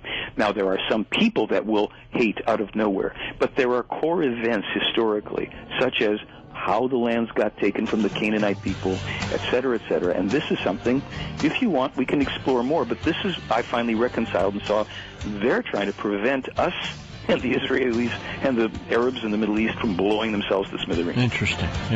Let's talk about the earthquake when we come back.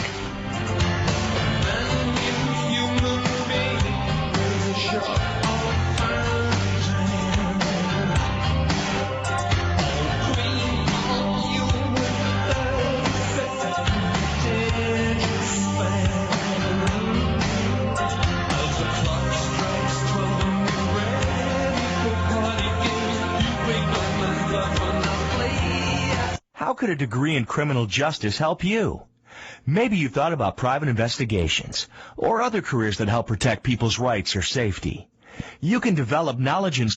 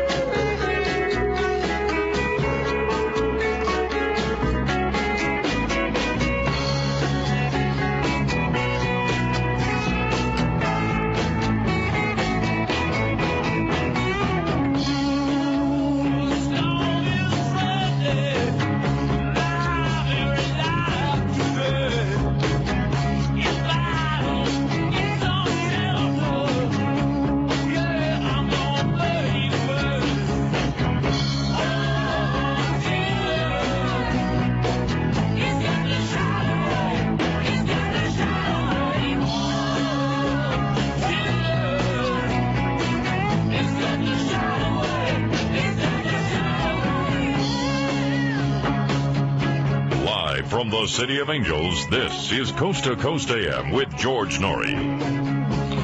I do want to talk with Michael Horn about some metal samples that Billy Meier was handed by these ETs. And then we'll get into some of these other items of earthquakes, for example, Planet X, the red meteor in 2012. All this hour on Coast to Coast AM.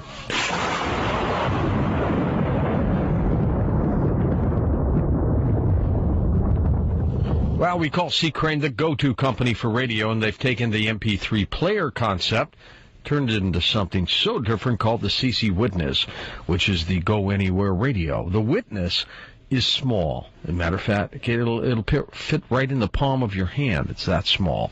An AM and FM radio and digital recorder. It has a built-in timer. You'll never miss another program. And you can record CD-quality audio as well. Play the audio back, little earbuds, or small built-in speakers. And you can store all your favorite podcasts as well. Fairly easy to use, too. And you can call C. Crane if you ever have a question, as a matter of fact, on this or any other item that they sell. To order a Witness for $229.95, or even to receive a free catalog and just peruse all the different gadgets and gizmos they've got, and they're all cool. Call C. Crane in the morning at 800-522-8863. That's 1-800-522-8863 online, ccradio.com. Men, are you urinating more frequently? Do you wake up to urinate? Now be honest. Is your sex drive what it used to be?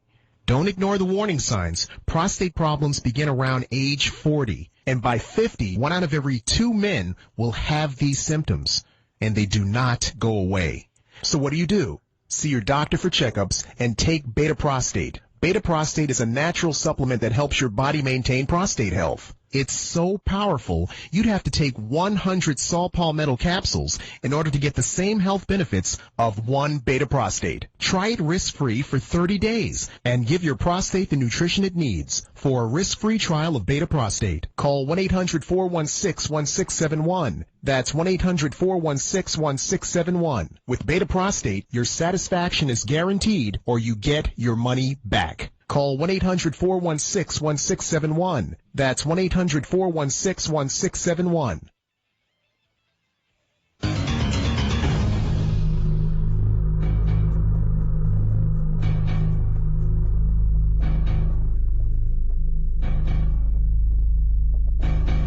Michael, let's talk a little bit for just a moment. The metal samples that were given to Billy Meier by the ETs, passed on, were they not to somebody to test them? Yes, actually, for those people that have any knowledge of the Meier case in terms of like scouring through the books and stuff, what they usually come across is that these samples were given to a scientist named Marcel Vogel. And I'll get to that in a second, but I also wanted to let people know that there were at least two other scientists who did look at these samples. They weren't only held by Vogel. And there was analysis done by one Swiss lab, I think, and by another scientist. Marcel Vogel was a scientist, a chemist with IBM, and he was the holder or co-holder of about 32 patents. I think he was the man who invented the magnetic coating on floppy disks or something like this. I have it all on the website. It sometimes gets hard to remember all the details, but I know that I have them on the website and people can find it fairly easily. He was given these samples after Meier had given them to Wendell Stevens and the investigators who turned them over to him. He did a video recording of his analysis, and he was able to determine that they had a very interesting composition. They had virtually, he said, all of the elements in the periodic table were in these pieces of metal, but they were not, just for want of a better term, smushed together. They had discrete presence and relationship to each other. That fascinated him, as did the fact that he had found in a spectral analysis, he'd found thulium and other elements in there, and at the time he was referring especially to thulium as being a fairly rare and expensive earth element for a Swiss farmer to come upon somehow fashion in these metal samples. But even more, or at least as interesting, was that when he subjected the samples to very high electron scanning microscopic enhancement, he was finding micro-machining and evidence of what he called plowing and perhaps laser cutting, and the structures of the metals were revealing that there was also crystal structure within the metallic structure. And as a scientist, he was not only fascinated by this, he said that with any technology available to him, he could not put this together. And he had shown it to some other people himself as well. Now, the problem for skeptics, and it's a legitimate concern, in terms of, why don't we have those in our hands? The ones that Marcel Vogel had, he had locked up in a safe, and then when he went to the safe the next day, they weren't there anymore. But he had done the analysis and videotaped and shown them. So, of course, this, served to stir the controversy, which is very much the purpose of the Meier case anyhow, to get people to think and to struggle through it and to be a bit combative with each other at times, even to try to get to the truth of the matter. So the metal samples are a very interesting part of this, and they were real enough to a world-class scientist that he was able to do an analysis and videotape his analysis and publish his findings. All right, now let's get into some of these other controversial areas here. Planet X. Right. What's going on in that arena, Michael? Well, according to the information in the case, and I have an article there where they talk about some of the objects that are out beyond Pluto. They talk about two belts that contain, I think, literally billions of various sized objects, and that what we're thinking is Planet X or Nibiru, that we're off, that this is not coming to us soon or otherwise. There is a Nibiru, which is in effect a kind of a comet.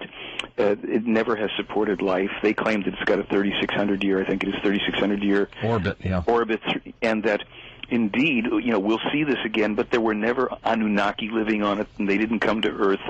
Indeed, there were extraterrestrials who were involved with the Sumerians, and that's, according to them, accurate. And they claim, I think, that these were from the Sirian star system, but that the whole mythology around 2012 and Nibiru and all is especially Planet X, Nibiru, is a misdirection. There are threats from bodies in space that are coming our way, and they're quite specific about, for instance, about the red meteor. And I had read that in 1986. I think he first published information on that in 81. And that's not Planet X. That's something that our scientists now acknowledge is coming our way. And there's 2 different dates. I think it's like 2029 and 2036. That's Apophis, right? Yes, that's right. And what the Plejaren have said to Meier is, this is the one to watch out for, because this one, if it doesn't hit you, if it doesn't hit you in 2029, is a real big chance that it will hit, and it will hit in the region between, I think, the North Sea and the Black Sea. It will split the crust of the Earth. It'll sink lands. They describe it in real detail what will happen if we do not deflect it. And they were long ago said to Meier, your scientists, need to. The best way to do this would be to detonate nuclear explosion far enough from it so you don't destroy it, because then you'd have a rain of incendiary meteorites hitting your planet. But to deflect it off course, and that they are not allowed to do that. They're giving the information. They say, look, there are certain things that your scientists know, and we may have told you about this before they did, but like I think last time we spoke, I mentioned, I think it was last time, that there is the prediction of a 9.0 earthquake off the Oregon coast. And shortly after, when I did some searching online, scientists are now talking about, we could have a 9.0 up here. Well, they're saying, no, you're not could have, there will be one, and it will go for 5 straight minutes.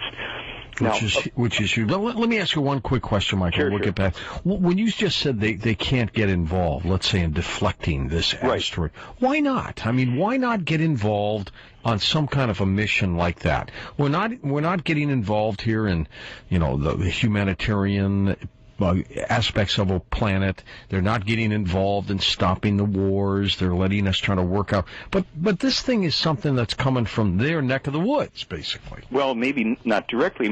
It's it came from outer space. It may not be exactly from where they come from, but I get your point. My understanding is this, that in their calculations, and as human beings of Earth, I know emotionally we will think this is just, unconscionable, silly, whatever. They figure that for them to do something, especially when we know about an event, and for them to intercede will only actually perpetuate a lack of responsibility for us, knowing how we have willingly given away our responsibility, in their opinion, as well, for several millennium to various religions and leaders and all, that this would cripple us. Yes, we might be able to save X number of people, but if we are warned, since we have all this technology, we have the technology to actually prevent this from happening. In other words, we have the ability to say, hey, we'll handle it, thank you very much. Don't we want to be equals with other beings who may exist and may find their way here, or do we want to be always looking in veneration and adoration and fear and staying children cosmically? No.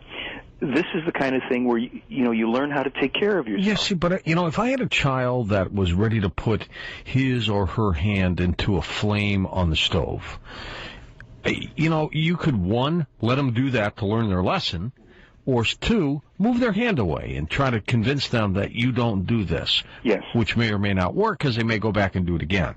Right. I would be the type of person to move their hand out of the way, rather than for them to get hurt. Well, the difference in the analogy would be this, because, as a father myself, I went through that. You tell a child, and then a child, though, doesn't, when they are first moving into these danger zones, they're ambulatory or whatever, they're moving around, and now it's going to be the stove, or it's going to be a heater, or it's going to be glass, or whatever. They don't know that those things can harm them. That's right. And so the difference is, we do know. We are adults, and they want to deal with us not as, quote-unquote, their children, because we're not their children. They want to deal with us as adults and give us enough respect. It's tough love. You could look at it that way, and that's something we use on this planet. When you do have kids who are of reasoning age and who have, keep on, blowing it and making mistakes, and they've been warned, and okay, so you say, okay, look, you're restricted from this. I mean, this is where you're using restrictive tough love. They're not trying to restrict us. They're trying to encourage us to take responsibility and prioritize our survival, not our indulgence in video games and sports events and endless television, but prioritize our survival and our evolution. It's painful. There are things in the contact notes where they talk about they're observing certain things, like the first Gulf War, where they watched some brutalization of Kuwaiti people. This one alleged extraterrestrial woman had to go into their version of therapy because she was watching such brutality, human-on-human brutality, that her whole psyche was blown out, and they had to kind of pull her off the job and say, well, we're sending somebody else to hover around the Earth because this woman was blown out. She's lost it, right. She's lost it. She saw this, and this is not where their level of evolution is at. So I'm sure if it's true that they exist, and if it's true that they really are on a mission of great love, that necessitates, from their point of view, that they hold back for decades, if not centuries, in interceding in certain ways that we'd feel comfortable with, all too comfortable. It must be difficult as humans with emotions and with care to watch also so much good intention fall on deaf ears, or for so much good intention to be subverted by power-hungry forces, to be hidden by intelligence agencies, to be suppressed and kept out of the news. Just as a side note, when about a year ago, somewhere in the last year when our film first came out, there were people writing me because Larry King was doing all these shows in UFOs. Yeah, I was on one of them. Okay. You know this. And so I said, well, don't call. I can't do anything about it. Write Larry King. Call Larry King. Well, about a week or two after I said that and put up a thing on my own website, don't bother me with it, tell them, I got a call from a producer at Larry King, and she said, you've got to stop all these people from calling and writing us. I said, excuse me? She said, if we want the Billy Meier case or you on here, we'll call you, but they have to stop. And I was shocked, and it took me a while.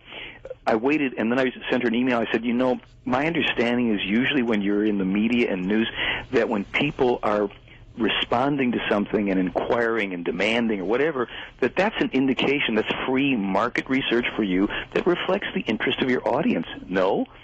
So they don't want to go there, George. They don't want to let the string on the sweater be pulled in the Meier case because it leads into so many uncomfortable places for so many people. If it's not religion, it's science, it's politics, whatever. It's disruptive to our comfort. And this whole thing comes back to your question, well, why don't they do this for us? They've given it. It's like I want to feel that old adage, a word to the wise is sufficient. I want to take that and act on it. If I can vet this and say, wait a minute, this is a credible source. I don't care who attacks us. This is a credible source. I've got one after another. I mean, information that this man published, he couldn't know. Somebody's advising him, like David Froning said, that's very knowledgeable. Let us, the citizens of our world, petition our governments. Let us petition our news media. Let us demand of them that they pay, that they look at this, that they investigate, that they're accountable to us about this. If you want to debunk this, Mr. or Mrs. Reporter or whatever, then give us a credible debunking of it. Don't parade forth the same tired folks that, you probably encountered on Larry King's show and all the rest, who really have nothing to say except it can't be true. There's, we're the only ones in the universe and the crowning glory. So we are in a weird position. You and your audience, your worldwide audience that sends the counter on my website spinning, a day before I'm on, I'm going, what's going on here? Oh, they put it up on, on Coast to Coast. We're not powerless. What they're telling us is we are the immense power of this world. Nothing is more powerful than thought. Apart from the spirit, it's thought, and the thought that leads to right action. If a person sends an email or a letter or makes a phone call, and that person is simply one of an ever-growing number around the world, wherever this voice tonight is heard, your voice, my voice, the people that would call in, wherever people take action, say, we heard about this thing. We want this. We want to know. Why aren't you telling us? Why haven't we heard about this? Look, there's supposedly a predicted, and our scientists know this one too, the La Palma volcano. Yes. When that goes, according to the information of the Meier case, 20 to 30 million Americans. Yeah, the whole eastern coast. The eastern coast. If it's the right size tsunami. It will come through and to penetrate 12 miles, 1,000-meter high wave. I mean, beyond my... I just can't grasp that stuff, but I have reason now to say, wait a minute. We're getting some warnings from folks who've got a real good track record that goes back 58-plus years. Why don't we have this in discussion? Why are people giving away all their time to being mindlessly entertained? And I'm being broad brush. I'm not trying to offend anybody. But if we could awaken people to some important things, whether it's the Meier case that they find these things out in or not, we are in a world that needs some repair work. Anybody can see that. The Meier case has been here giving us this information for decades, and because you have given a platform for it to be presented, we don't have to tell anybody to believe anything. Now they can check it out for themselves. Okay, now let's get back to the earthquake, first of all. Whichever one you want. We're talking about a possibility in San Francisco. We're talking about the possibility in the Oregon area. How big? Well, the one off the coast of Oregon, they've already said this is a 9.0 that runs for 5 minutes. That's an unimaginable thing. I don't know how it'd be located, based offshore, but still a 9.0, 5 minutes. That would generate a tsunami in Portland and other places get inundated. Another earthquake and another tsunami. It stretches down the coast. We'd probably be hit down here in Southern California, separate apparently from the one that hits San Francisco, the alleged projected future San Francisco earthquake. Oh, really? Now, yes, that's what I asked him. He says, no, it's a separate earthquake. I said, oh, my goodness. Now, that's the most controversial in a sense because of the story, how we have this as a story in the Meier case.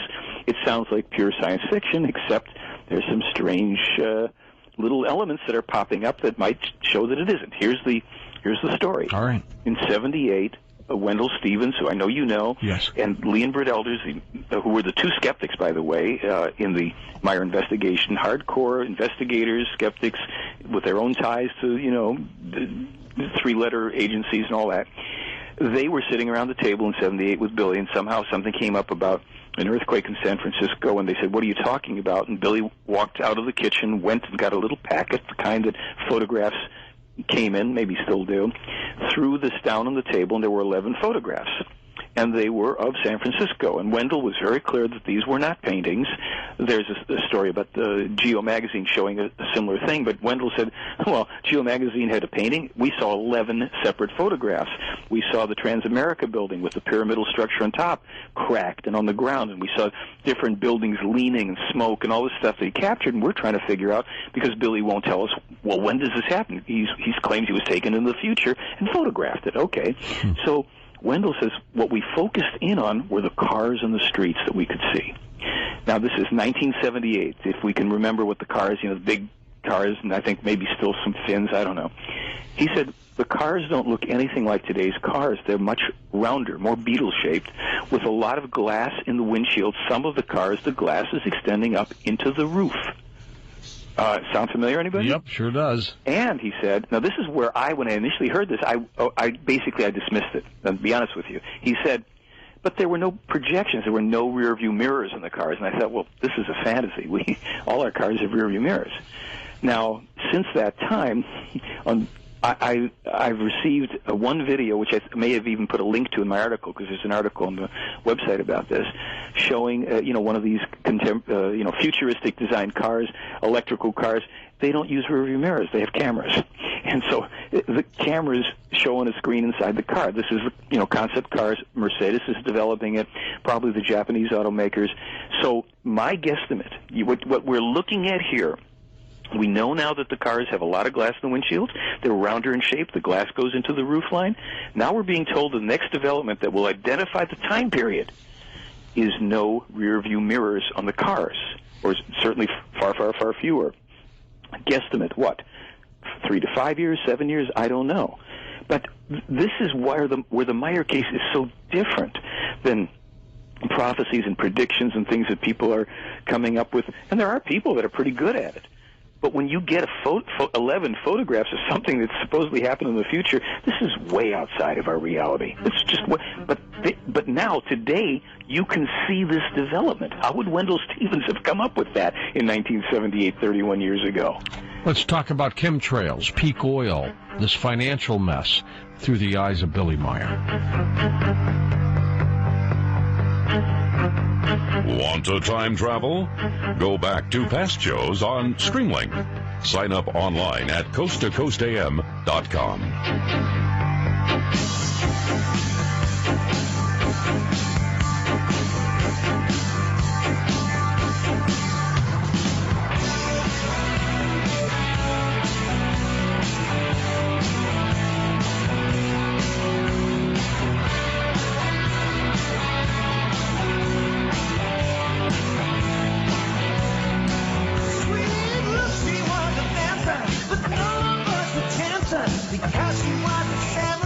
Obama.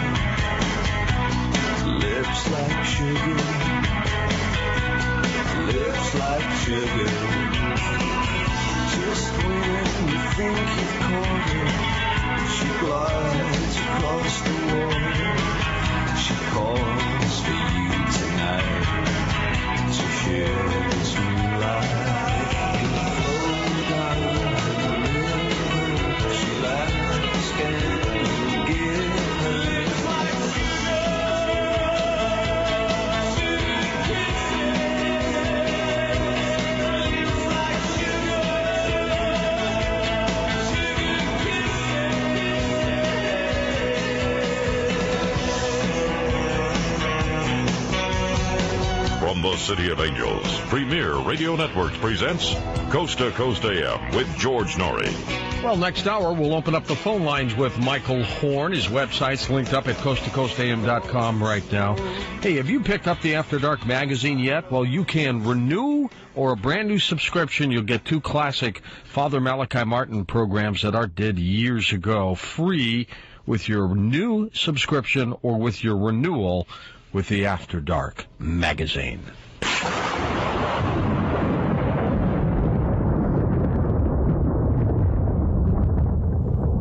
Here's a little tip for all you travelers out there. There's no better souvenir than a free night. Just stay twice at Econo Lodge, Roadway Inn, or any Choice Hotel, and you'll earn a free night at up to 1,500 hotels through the Choice Privileges Rewards Program. That's right, free, as in on the house. I mean, on the hotel. So make your travel budget go further with Econo Lodge or Roadway Inn at 800-4CHOICE or choicehotels.com. Free night requires 6,000 or 8,000 points. Requires 2 stays booked at choicehotels.com or 800-4CHOICE. Valid 25-4/30/09. Details at choicehotels.com.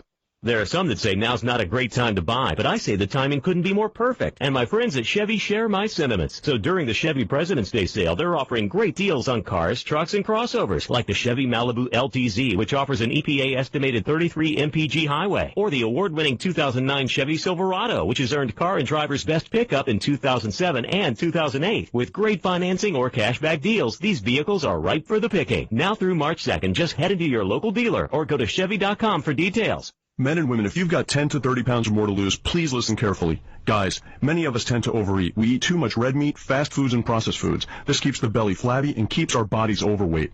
Ladies, have you ever said, I feel fat today? Or do you have this bloated feeling? And how many of you have been trying to lose the same 10 to 20 pounds for years? There's a healthy and faster way to lose weight than any diet pill. It's called EverCleanse, a clinically proven weight loss and detox formula that helps you lose weight and get rid of the 5 to 25 pounds of waste that some experts say is trapped to the colon walls like spackle or flavored paste. 2 weeks of EverCleanse may be equal to months of dieting. It's simple, too. Natural, tasteless crystals that dissolve in any food or beverage. EverCleanse will flatten out your midsection, reduce love handles, and bellies and bloating have been disappearing in just days. You see, EverCleanse gets rid of the weight you can't take off by exercising or starving yourself on a diet, and it's not something you have to take for the rest of your life. Visit us at evercleanse.com or call now to receive a very special offer. Call 1-800-235-1625. That's 800-235-1625. Call now, 800-235-1625.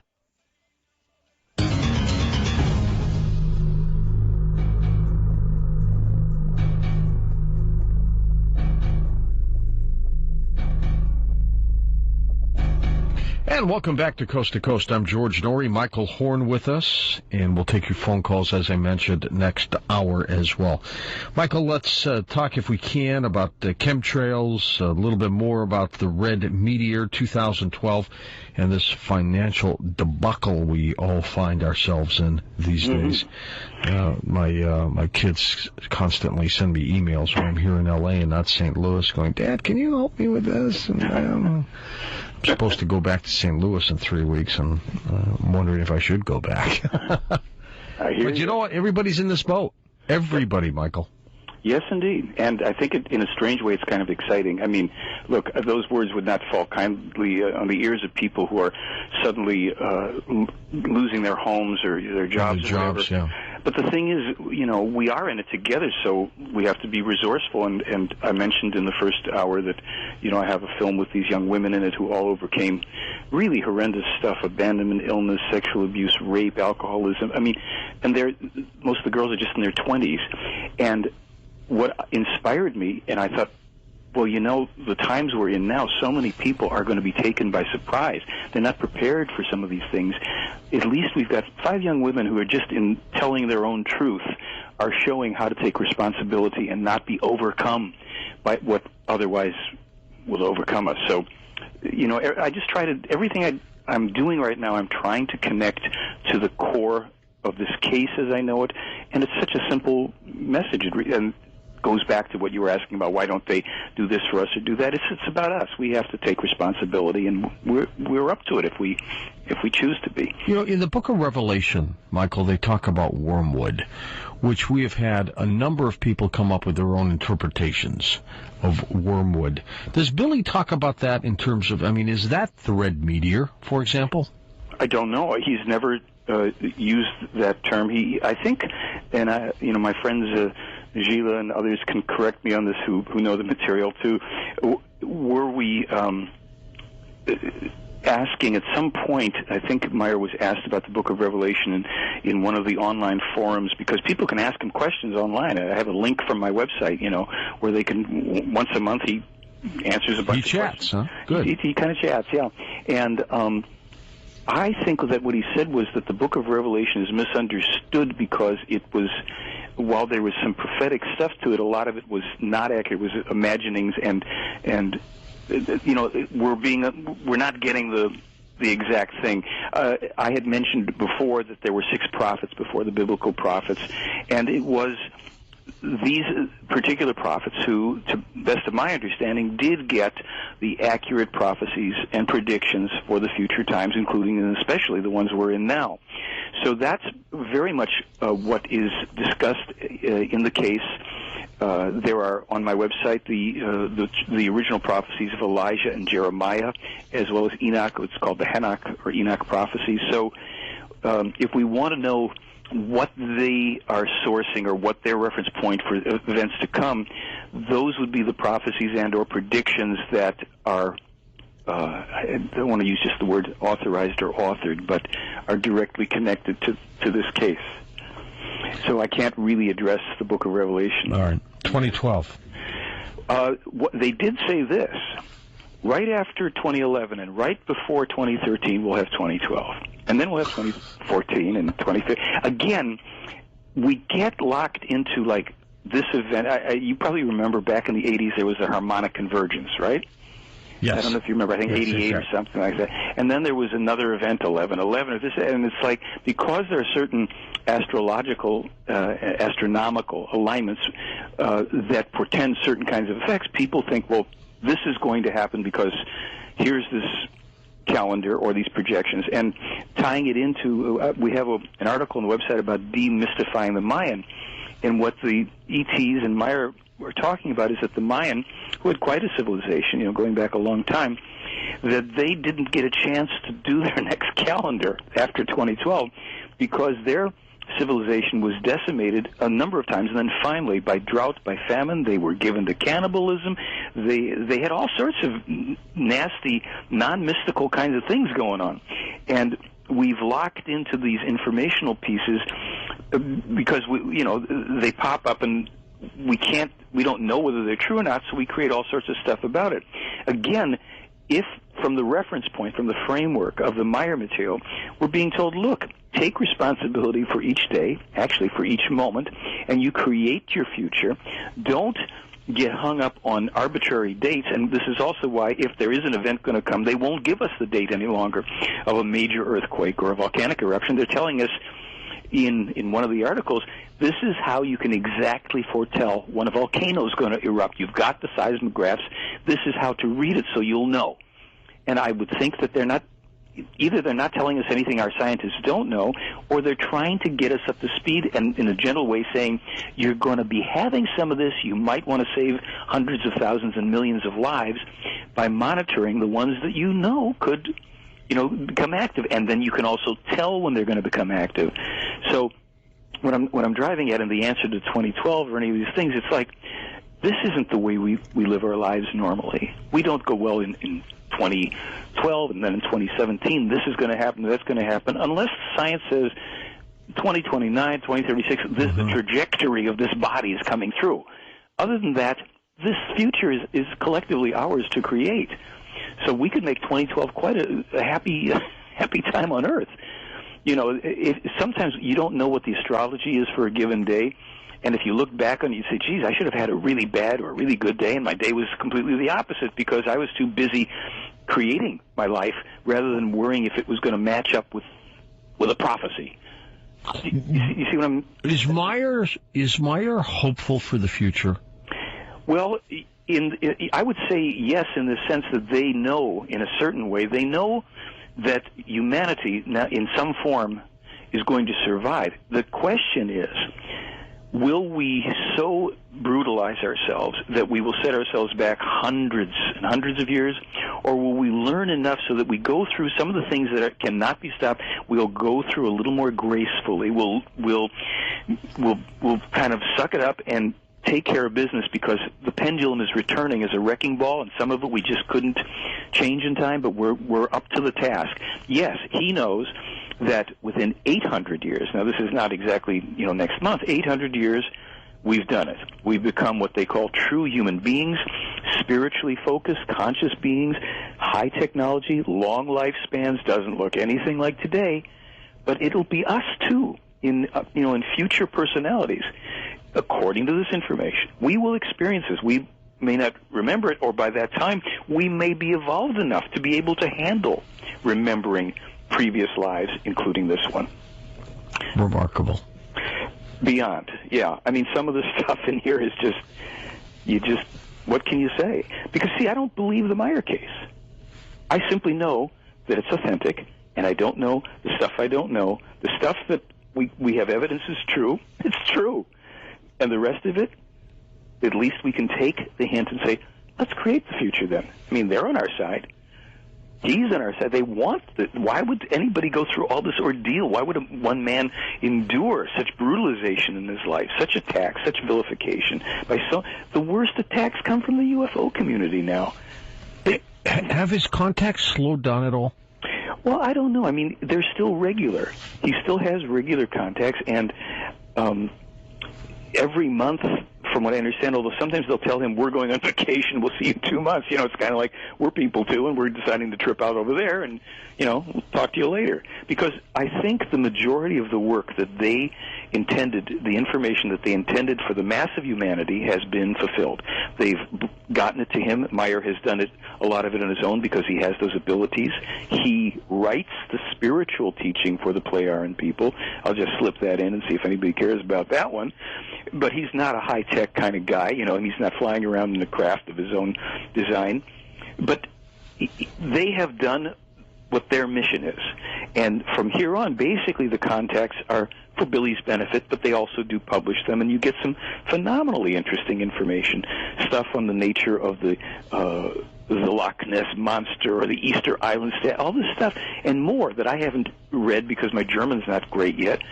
Tons and tons of stuff, and I try to get it up on my site, and it's also there are other sites that have more of it too that I'm linked to. You know, can I do something that's just popping in my mind here? I do want people to have this film, to see this man. We interviewed Meier extensively, his family members, skeptics, the whole thing. And I'll do something a little crazy, but we're in hard financial times, this country and this world. So we have a film, and it costs $20. Anybody that buys it, if they write the word free in the order, I'll give them a $25 CD of Meier material that they will take them weeks to go through.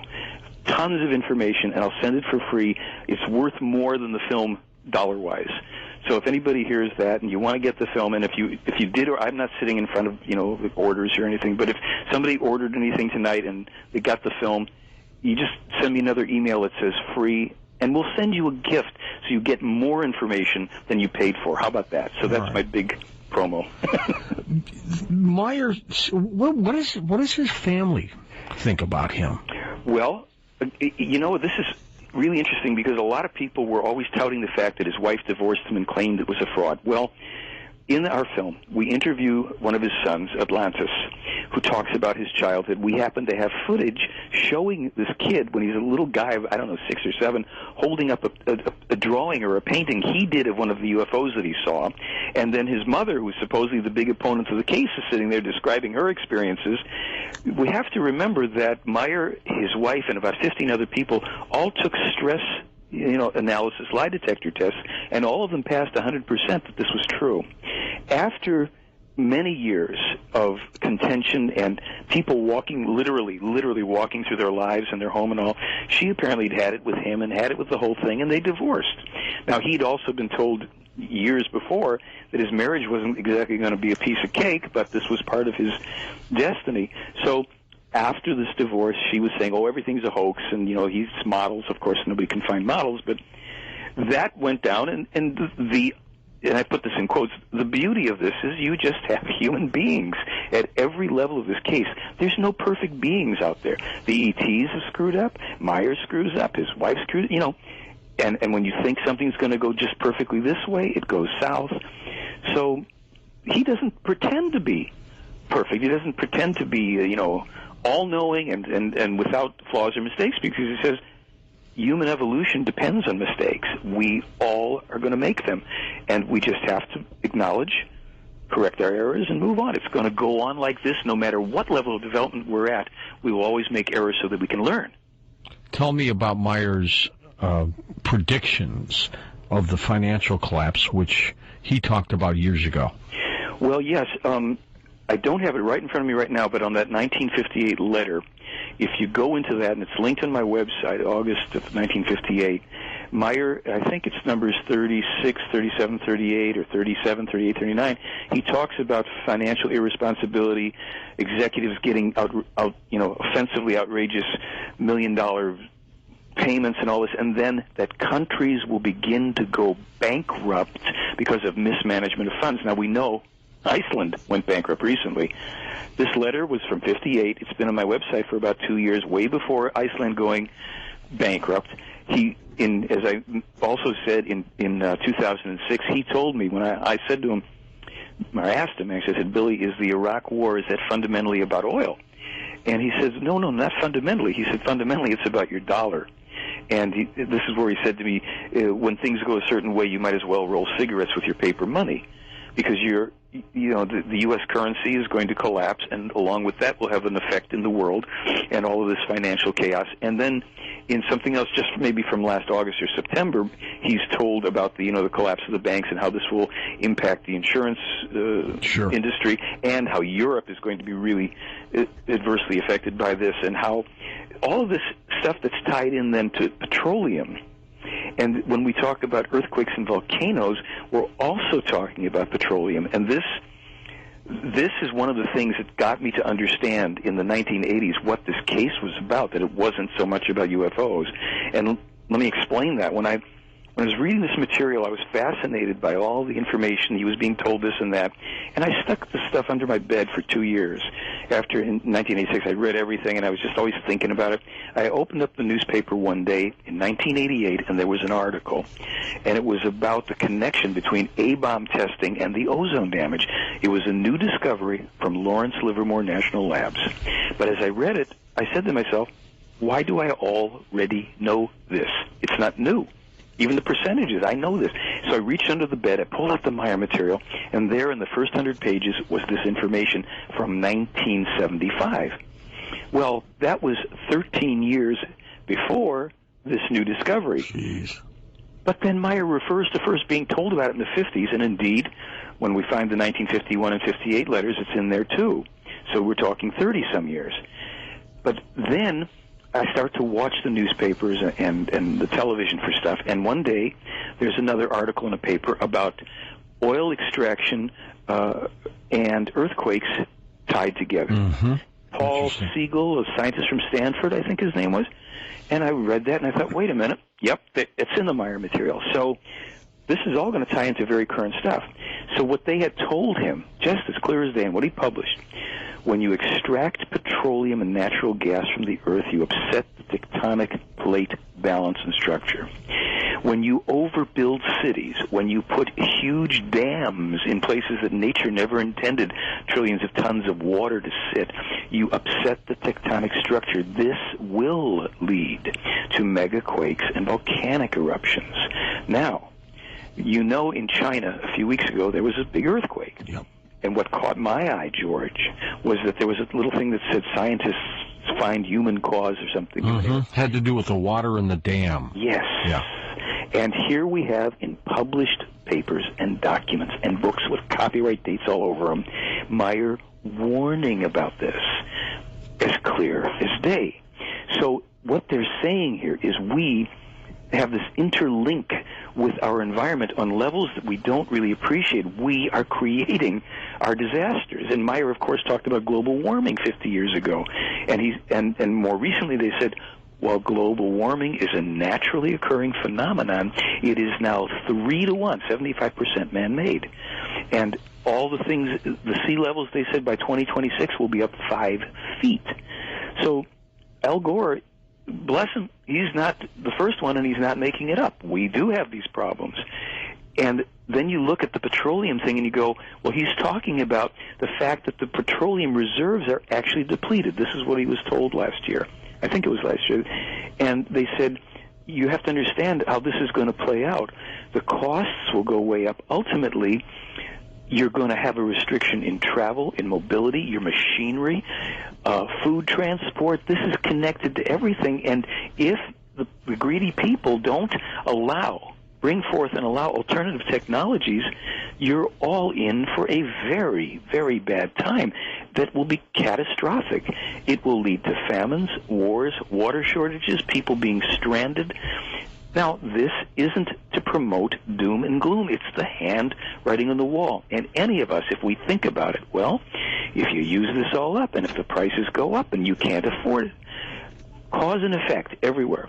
And if I can throw one other thought in, because I heard a commercial on the station, and you were talking about a concern that there are parties that want to, decimate the populations. Right. Now, here's something that'll go, a counter idea for population reduction. One of the core issues in the Meier case, they claim that overpopulation is our core problem.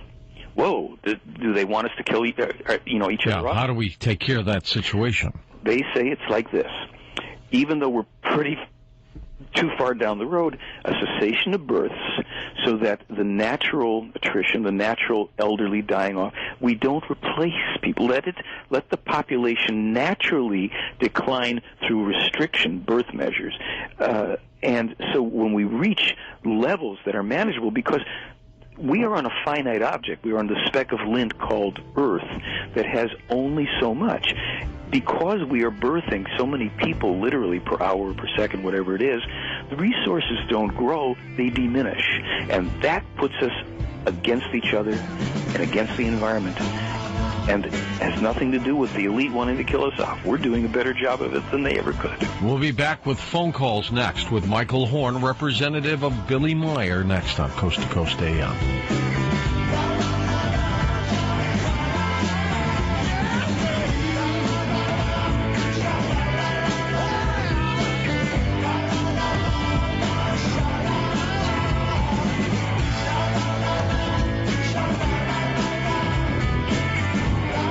Are you struggling with too much credit card debt, sky-high interest rates, late fees, over-limit fees?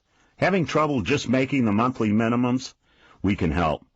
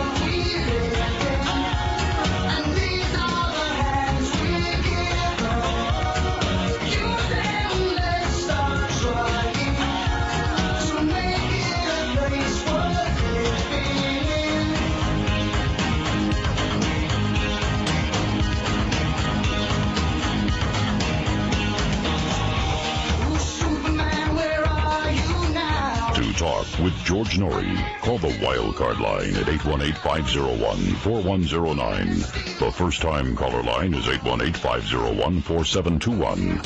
To talk to George toll-free from east of the Rockies, call 1-800-825-5033. From west of the Rockies toll-free, call 1-800-618-8255. International callers may reach George Noory by calling their in-country Sprint access number, pressing option 5, and dialing toll-free 1-800-893-0903. From the City of Angels, this is Coast to Coast AM with George Noory. Okay, this is the hour. We're going to take your phone calls with Michael Horn. You've heard what we've been talking about. You're next then on Coast to Coast AM.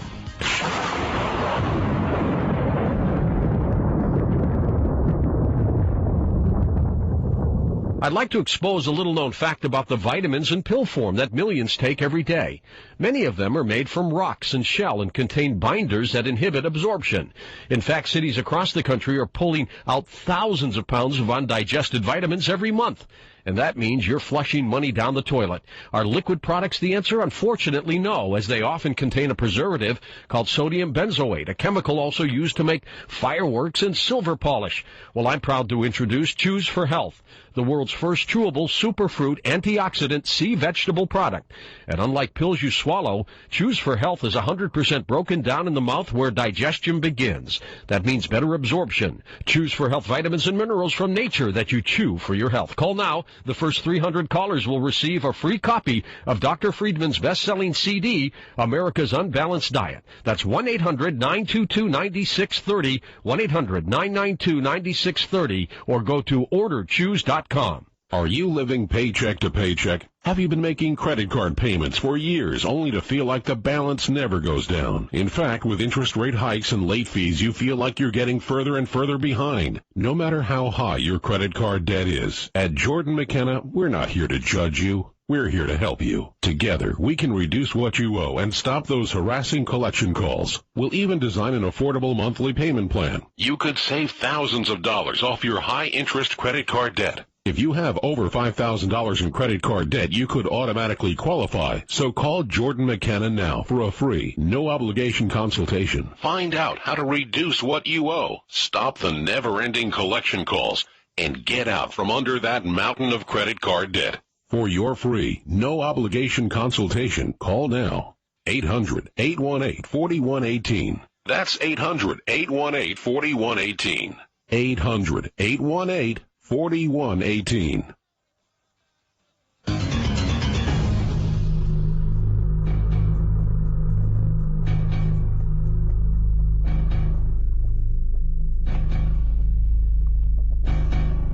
Michael, you've got to be congratulated too on your stick-to-itness about the Billy Meier case. You don't give up. No, I don't give up, and there's a lot of people that don't appreciate my stick-to-itness. I'm a thorn in their side. Let's go to some calls. You ready? Sure. Let's go to Dee in California. First-time caller. Hey, Dee, how are you? Hi, George. I'm fine. Great. Go ahead. Michael's here. Hi, Michael. Hi, Dee.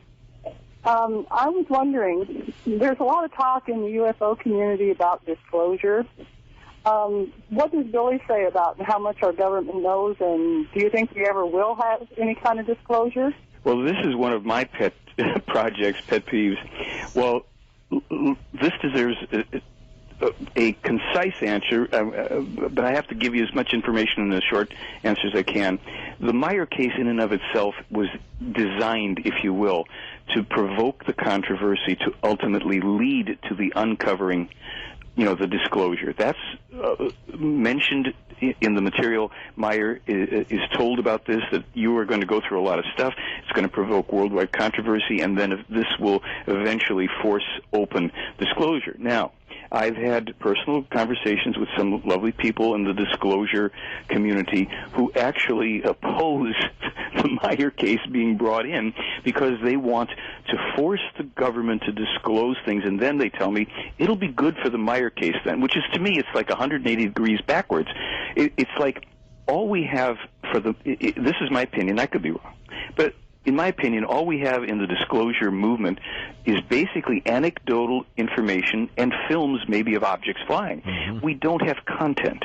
We don't have really significant evidence that's been vetted. Roswell is the government's favorite case because there's nothing left and people run around in circles screaming about it. So what I have tried to say to my friend Stephen Bassett and others is this: look, it's not, you'd have to invent the idea of the Meier case to really bring something forward that could force disclosure, and here it exists. Why ignore it and pretend that it's not here? You've got physical evidence, irreproducible, the skeptics have all failed, verifiably accurate prophecies and predictions. The man is still having contacts. They have offered us every bit of information that we can't misuse, hopefully. Why won't you take this? And I get these silly answers about, well, it's a good case and all of that, but we want to do this first. And we're not going to force the government to do anything. I hate to tell people in disclosure, have they not heard of the Iraq War? Did we force the government to stop the Iraq War? What do you think we're going to do to force disclosure when all we have are wonderful people who are willing to, risk their reputations and come forward, but there's nothing you can do with it except ultimately it drops away from the news attention, people get discredited, ignored, and then we have another conference. The Meier case is the elephant in the room that the elephant hunters don't want to acknowledge. So I think disclosure will come about when the people who are really interested in that will say, look, we may not like Michael Horn and his attitude, we may think Billy Meier is a crazy guy, but it's real. And it's a battering ram. We could tie up everybody for years, just bring it forward and have them try to answer it, instead of giving them all the time Roswell and this witness saw something in the sky. So a little rambling there, but this is a hot button for me. I get totally frustrated that the people who claim that they want this opened up suppress the Meier case. So what can I do?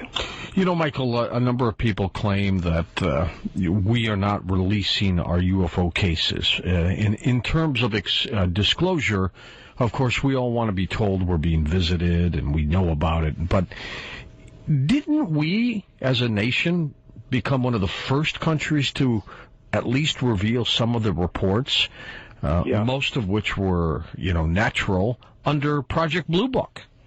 It could be, and then if you really, George, if you look at where the cover-up began, the actual cover-up, according to information in the Meier case, it began in 1915 during the First World War, because the protagonists were and antagonists were on the battlefields of Europe, seeing these things hovering in the skies, expecting that these were weapons from the other side that would attack them any minute.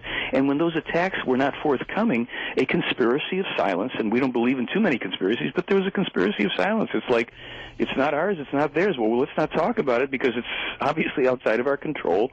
And this worked its way through many American administrations. And then when we got to Roosevelt, Franklin D., they decided that because they were well aware that there were visits and it wasn't secret military stuff, it wasn't just the Nazis, there were craft that they could not account for. And so the disinformation campaign was beefed up, and it took the form of the War of the Worlds radio broadcast. H.G. Wells is writing, presented by an actor named Orson Welles, under threat of death to both of them and their families, that they would do this. It was directed by intelligence. I don't know if the CIA by initials existed at that time, but this was an intelligence operation to scare people about extraterrestrials.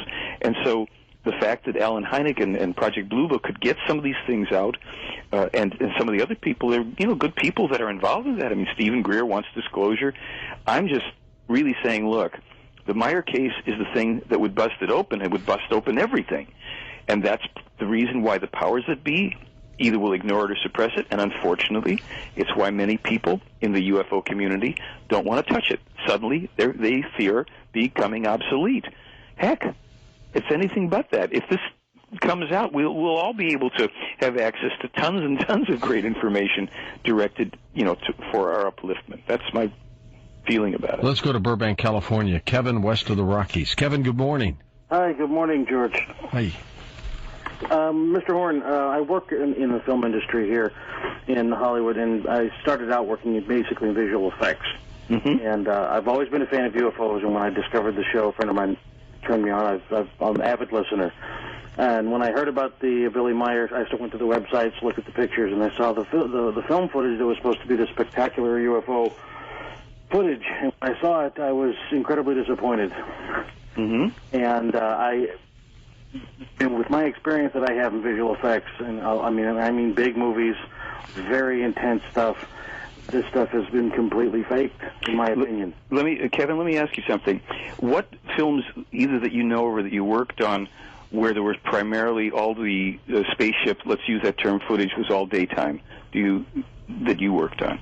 Because a lot of it's nighttime and space footage. I know there's some daytime stuff. My point is really this. Yes.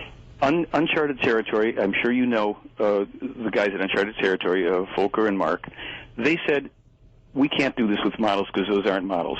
In 1964, Meier took his first UFO photos up to 8 craft in India. What was he faking that with?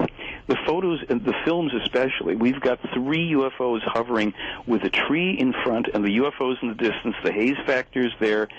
It's over a valley. We have so many things like that. The challenge I would extend to you, I'd be glad for you to do this if you think you can. On my website, for instance, we've got the Meier's simple video zooming in 300 feet on a 14-foot disc hovering in front of a tree, broad daylight. If you can duplicate that, however you think you would do that, use an 8-millimeter, movie camera and a model and a tree, do that. Or with the photos, he's got, 2, 3 UFOs. Take a 35-millimeter camera and do that, and then subject your films and photos to the same testing that was indeed done. We have it for free on the site, the analysis of the photos and some of the reporting on the film, because I don't know if you did hear the beginning of the show, but all of the professional skeptics who've had 8 years to do what you claim you can do have not been able to do it. Maybe you're the guy that can and do again, he didn't... The other thing is I don't know any of those people, and the people that I've worked with, Sure. as far as my visual effects experience, are the people that really are like the pioneers, the fathers of modern-day visual effects and make this stuff look real. How much, Kevin, of what they do is computer-generated? This is the stuff that I worked on was before computer really started coming in. Okay. And then it sort of phased out because we used to have these huge visual effects, stages where we would shoot all our stuff practically, and then as the computer started to get more and more involved,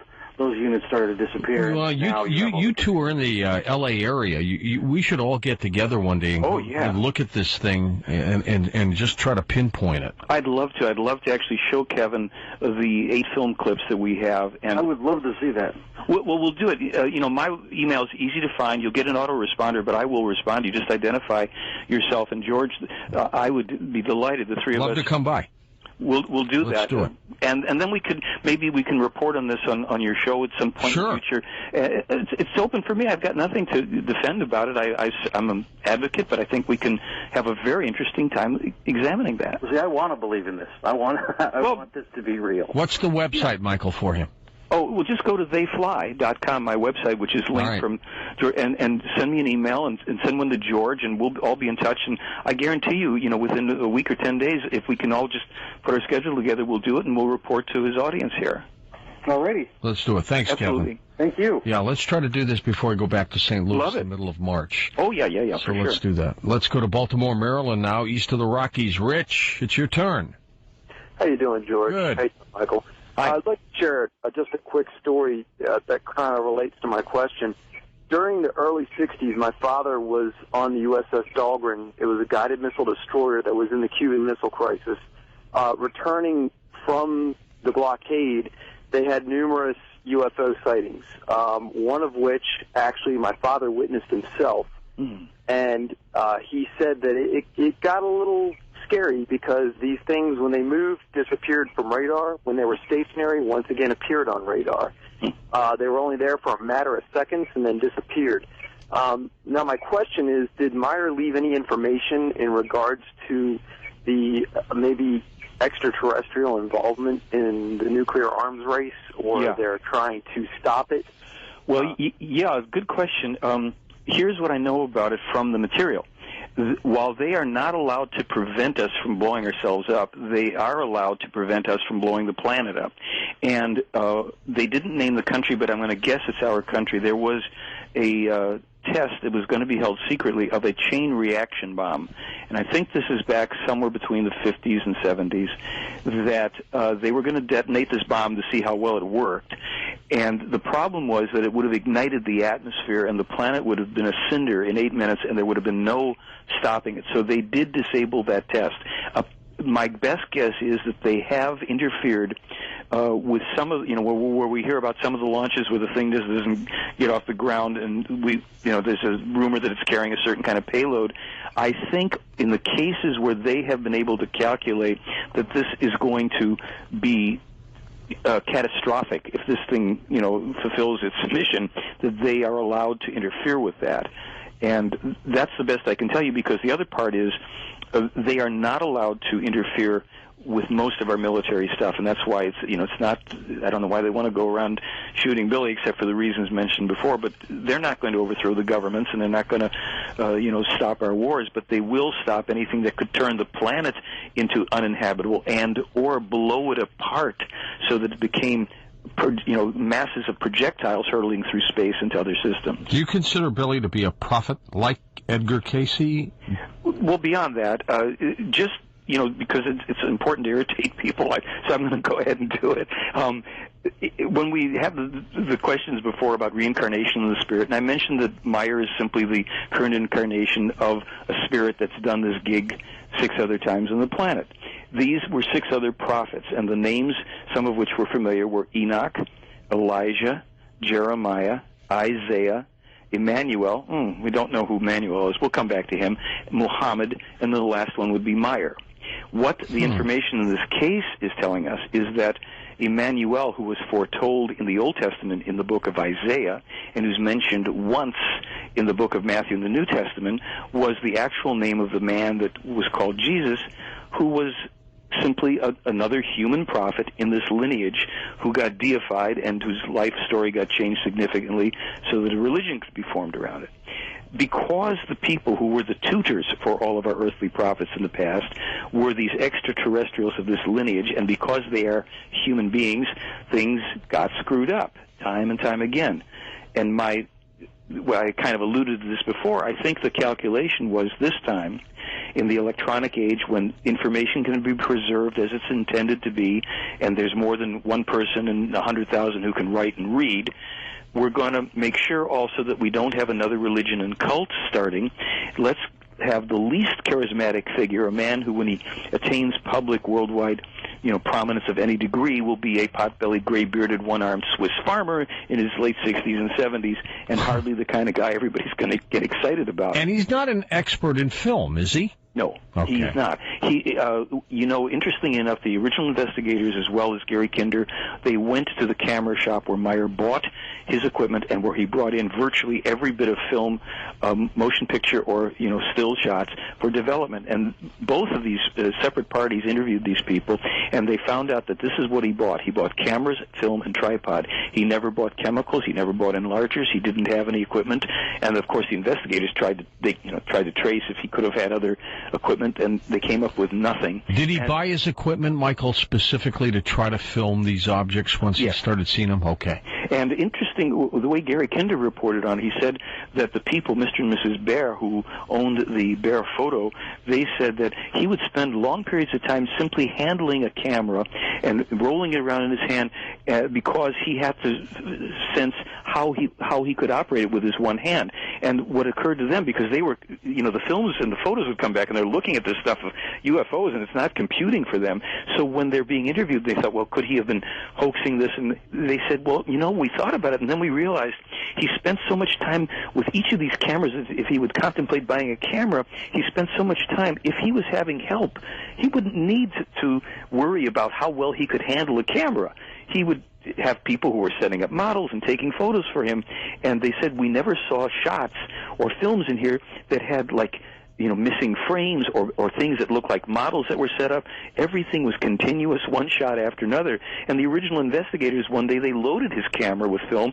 He went off for 2 hours, came back, and he had 34 shots of UFOs.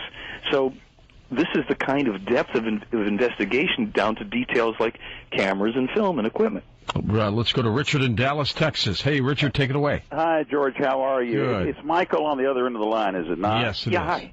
Michael, I was born on September the 11th, 1942, and I don't want you to take anything wrong that I'm saying because I don't hold a word of truth to it. My mother at a very early age said that Mother Mary appeared to her at my birth and said, your son's going to cause you a lot of sorrow, but in the end he'll bring you great joy, and I can testify I brought her a lot of sorrow.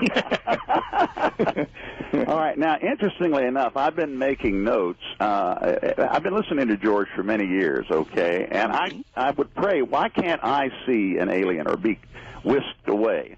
Right. And the voice came to me and said to me something, I'm just going to share it with you now. The voice that I'm speaking of has a name. It's called I, and what he wants to do is to destroy hierarchies and any sense of separation that one master is above all the rest of us because we're all masters. What I'm about to tell you, George and Michael, is that this name of God, I, what I'm going to claim for myself, I also claim for you, I claim for Michael, and I claim for everyone listening. And if you have a moment, I'd like to share what I'm claiming. I may have to hold you for the break, but go ahead. All right. I am consciousness. I'm speaking of you also, George and Michael. I am consciousness, a living spirit that pervades and embraces every part of the cosmos. I am infinite, appearing as you. And I create all space, and I create all future within myself. So the year 2012 can be reversed. I totally agree that prophecy is only an inclination. I am eternal because I create time rather than being subject to time. I am manifest in every star, galaxy, and in every subatomic particle. I am all-powerful because I drive all processes throughout the universe. I am all-knowing because I am the source of all intelligence.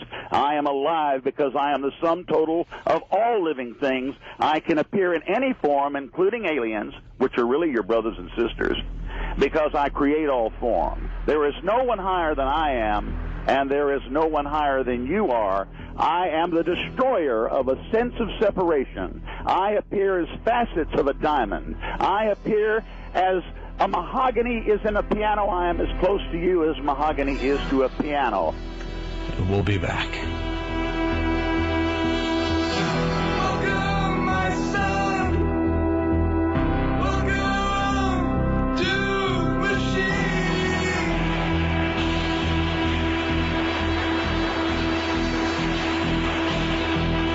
Where have you been? It's alright, we know where you've been.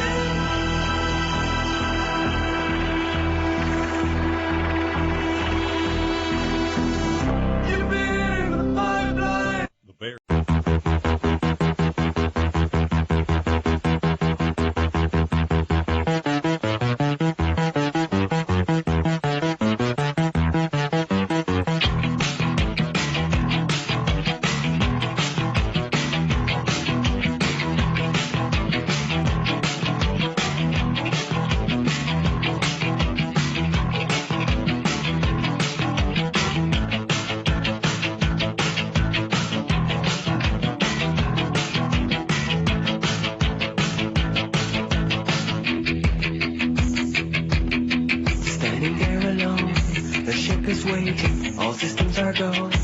Are you sure? Control is not convinced, but the computer has the evidence. No need to abort. The countdown starts. Watching in a trance, the crew is certain, nothing left to chance. All is working, trying to relax. Up in the capsule, sent me up a drink. Jokes, Major Tom. The count goes on. 4, 3, 2, 1.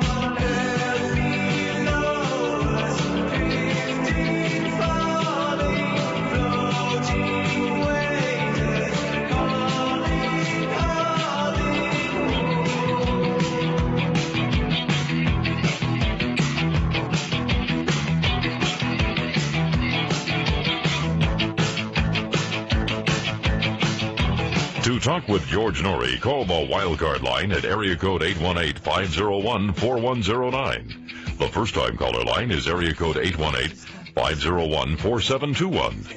To talk to George toll-free from east of the Rockies, call 1-800-825-5033. West of the Rockies, toll-free at 1-800-618-8255. International callers may reach George Noory by calling your in-country Sprint access number, pressing option 5, and dialing toll-free 800-893-0903. From the City of Angels, this is Coast to Coast AM with George Noory. Well, on our next Coast to Coast program, February, of course, is Heart Month, so Christian Wilde is going to join us with more of his cutting-edge reporting. And then later on in the program, we're going to be talking with John Gabriel. John Gabriel, a man who lost over 220 pounds. How did he do it? Special program on Coast to Coast AM.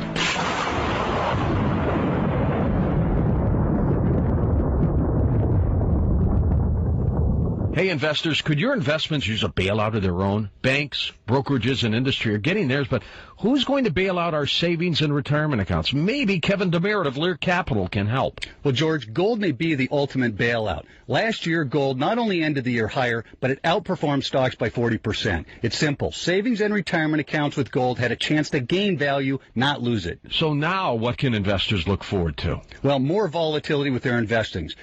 The Fed's printing trillions of dollars for bailouts and stimulus packages. The dollar's getting weaker. The negative long-term effects on the markets could be tremendous. But frankly, bailouts are the main reason experts predict gold at $2,200 an ounce, more than double where it is today. Folks, Kevin's been right on with his investor insights. So to learn more, call Lear Capital at 1-800-474-4259. Ask for the free gold bailout guide. Mention Coast to Coast and you get the special report, Bailouts and Rising Gold Ahead, when you call 1-800-474-4259. Presenting another compelling identity theft metaphor, brought to you by Identity Guard. Today, the banquet. When it comes to identity theft protection, a credit report is like an appetizer, just the first part of something good. But if you didn't order it from Identity Guard, you may discover that there's no more food showing up. You see, with Identity Guard, you get an entire banquet of 21st century tools and technologies. All this from the company that's already protected over 20 million people. And that's a lot of money not going into the hands of worldwide identity thieves. So, get Identity Guard today and settle in for a feast of identity theft protection. Don't be a victim of online identity theft. Get Identity Guard. Serious 21st century stuff for 21st century crime. Sign up now and get the added security of your personal password protector, ID Vault, a $50 value. Free plus shipping and handling. Call 877-600-2669 now. That's 877-600-2669. Or visit IdentityGuard.com.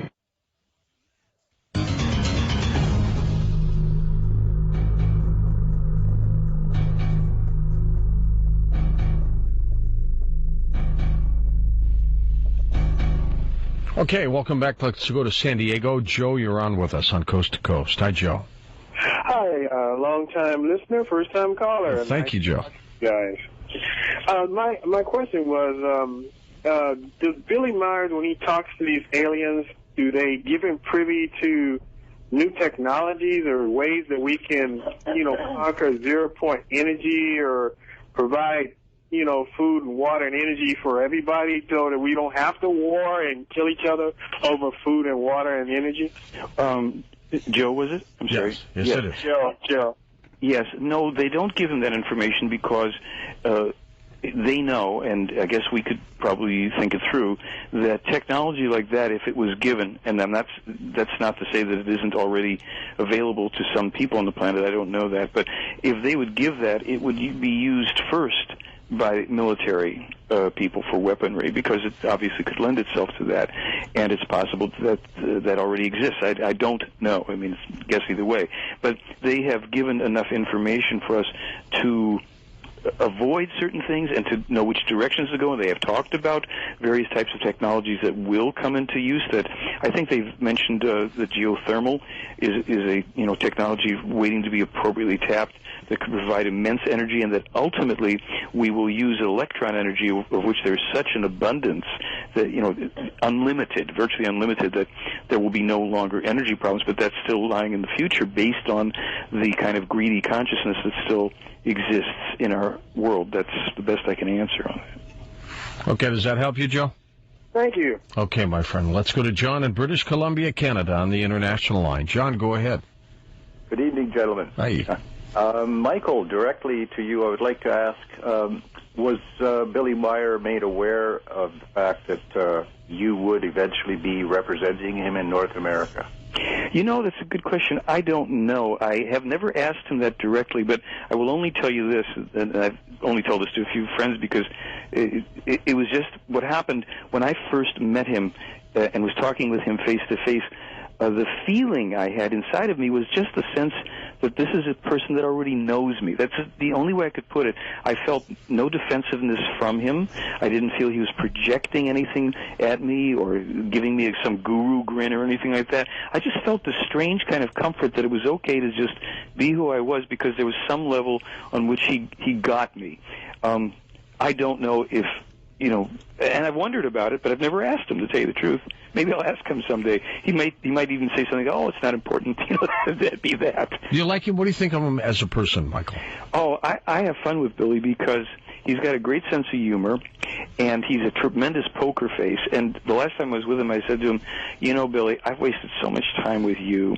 I ask you these stupid yes-no questions instead of knowing how to ask you the right question. And you just sit there and you won't give me anything more than, I'm asking. Whatever you ask him. Yeah, and he, this is a man that knows a lot of stuff. And so I thought to myself, boy, have I been kind of dumb? I better ask better questions. But sometimes we kind of tell jokes and talk about very mundane things, because you can learn much more on your own time reading than you can in conversation, unless you really target in on something very crucial. And I've had some good conversations with him like that, but most of the time it's just a joy to sit with the guy. He's just a very real human being. Does he speak English?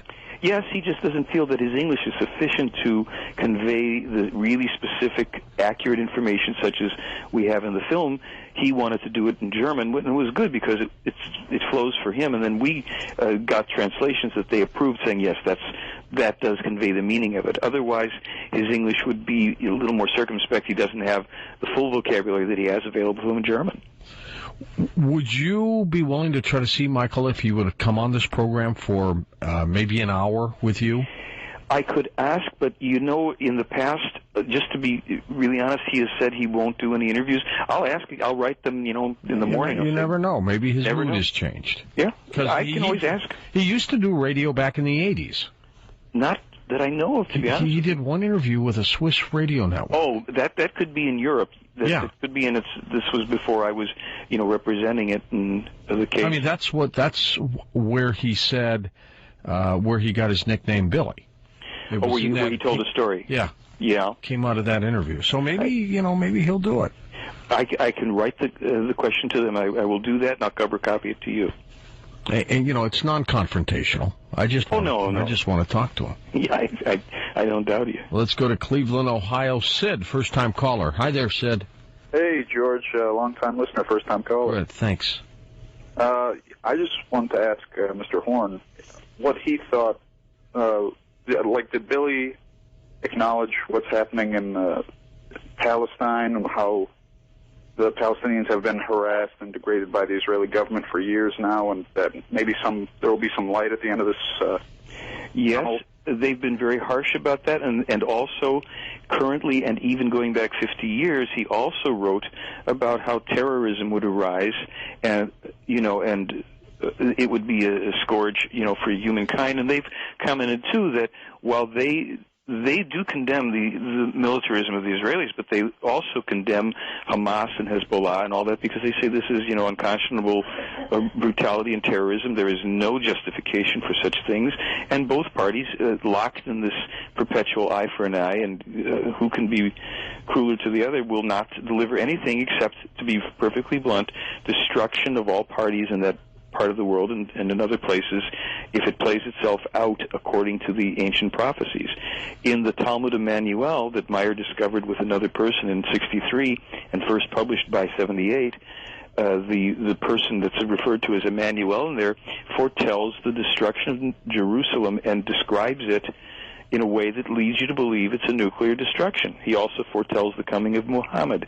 And in that same document, he foretells the darkening of the skies from power and greedy men who will ignite the very oil of the earth.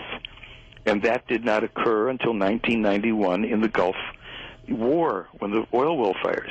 And we know that the document, we know for sure it was published by 78. Meier claims it was discovered in 63. So at a minimum, 13 years before the Gulf War, this supposedly 2,000-year-old document with the words of the prophet known as Emmanuel, that people call Jesus, foretells many things that have come to pass, and some that we can only hope we will not allow to come to pass, such as the destruction of Israel and Palestine and Iraq and Iran and the rest of it.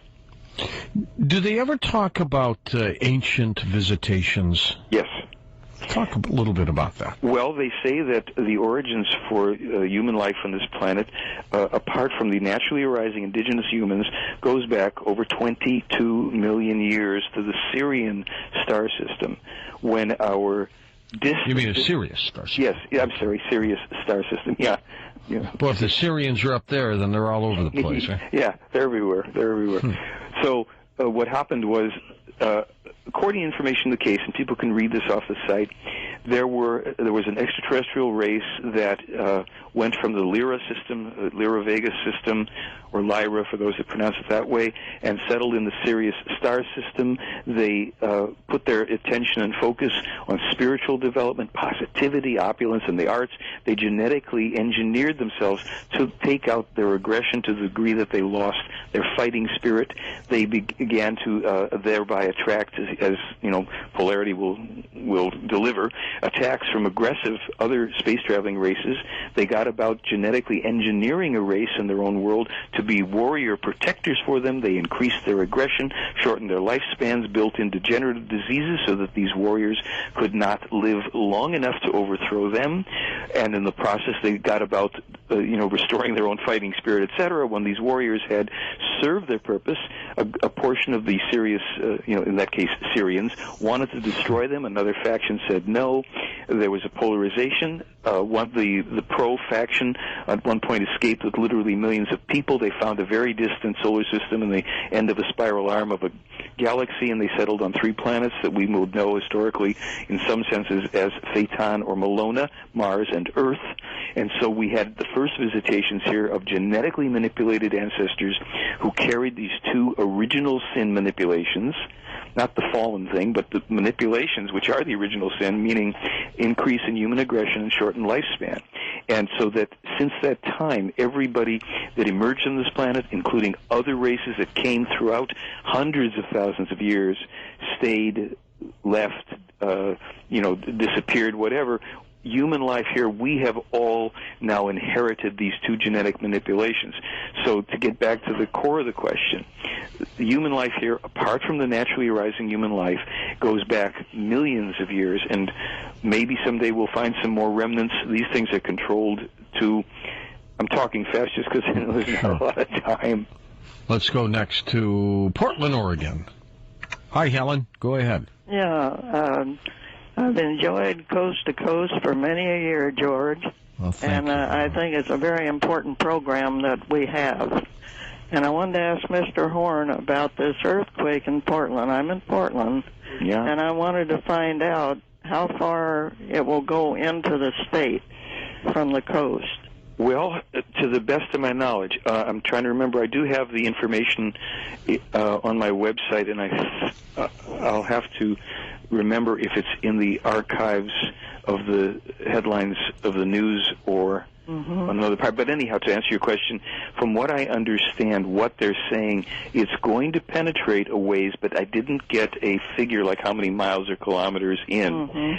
And it's like they will only give so much information on that. And if indeed you've got a 9.0 and it's going to birth a tsunami, it's probably they're talking some significant penetration, but what that means, I wish I could be more precise. I don't know. Well, what is your website?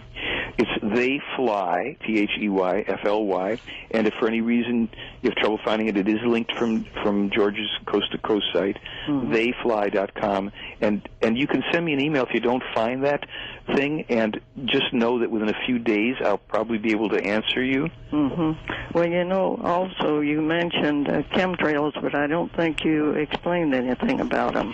Oh, okay. I'll try to do that quickly. I have been a proponent. I've been one of the people who thought that this must be, a poisoning of the environment, and they're trying to. And so, I when I read what I have, and we have this on the website, an article from Meier, where what they are saying is, look, your logic and your science are flawed. If this was really these very toxic materials, and if they were designed, first of all, not only to wipe out the population, but to reverse the greenhouse effect and all this, then it's failed on both scores because you're increasing your greenhouse effect. Your UV's penetrating more and more, and your population is rising, and you don't have mass illnesses from barium and aluminum.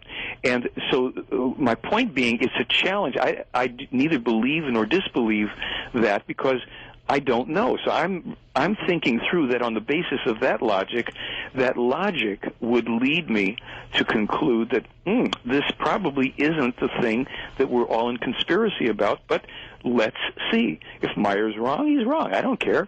I just want to know what's the truth. So that means we have to think it through and do our research. Well, it sounds like he's been pretty accurate.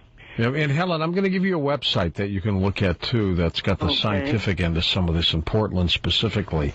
OregonGeology.com.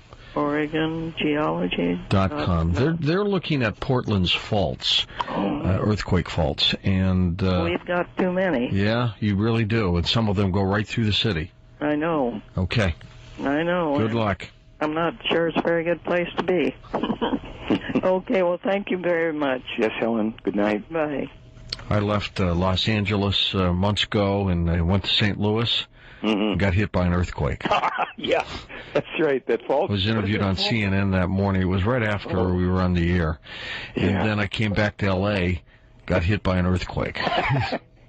What are the odds of being in two cities and you get hit by earthquakes? That doesn't happen. Don't go to New Jersey. They've been having them there, too. Let's go to Baltimore, though, east of the Rockies. Hello, Lorraine. Go ahead.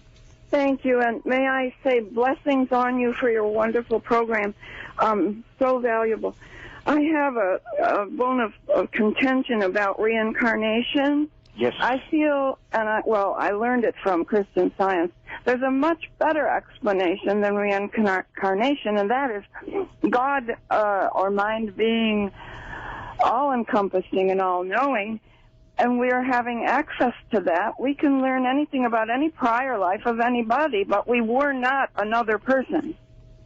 Okay. Well, again, since this is what we call the speculative area, we could say that there is a viable, explanation. We don't know. Can't prove it. But there's something interesting in what you said, because there's an element of that I think I understand from the Meier material, while it may disagree, with your perspective. They did say that because they are saying there is reincarnation, they're saying there is also a way to consciously draw into your consciousness past abilities and wisdom and experiences to a certain degree, because that is still contained on this planet due to the fact, and again, this will not agree with your perspective, but I'm just expounding on it, that our previous bodies that are buried on this earth have what are called fluidal forces attached to them that contain information that we subconsciously draw from anyhow. And this is the reason they don't recommend cremation. So I've gone a little far afield of what you were talking about, but this is just information at this point. We simply do not know.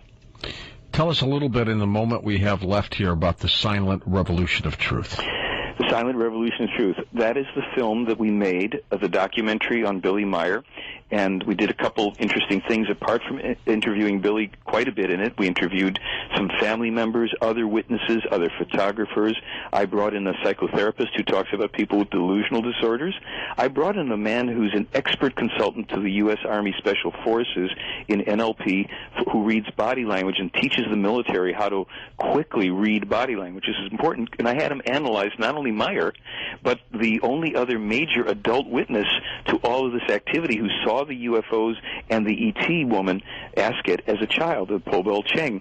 And I think people will find very interesting what he says about Meier and what he says about her and their degree of truthfulness or not. You'll have to find out for yourself. We have films in there of Meier handling an allegedly 600-year-old weapon, a beam pistol, and we show the tree that he put holes through that the investigators investigated, and they couldn't figure out how these holes that were smooth as glass could be oval. You can't drill an oval hole, and all sorts of stuff. So I also have a segment that I mentioned where the skeptic is allowed to give his presentation with some rebuttal. We have the first interstellar song that I co-wrote with using a phrase from a young woman on the Plejaren planet, and that is the Silent Revolution of Truth, and that's on there. And then we have, according to the Plejaren, the history of human life. You were asking about that, George. Human life in the universe. How many races, when, the 343 different skin colors and the different evolutions, and why Darwin was wrong and falsified stuff, and what true evolution is, and how humans did not descend from apes.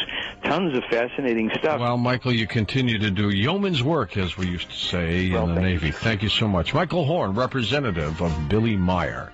For Karis Coburn, Dan Galante, Tom Danheiser, Lisa Lyon, Lex Lonehood, Sean Ladesseur, Ross Mitchell, George Knapp, Ian Punnett, and Art Bell. I'm George Noory, somewhere out there on Coast to Coast AM. We'll see you on our next edition. Until then, be safe, everyone.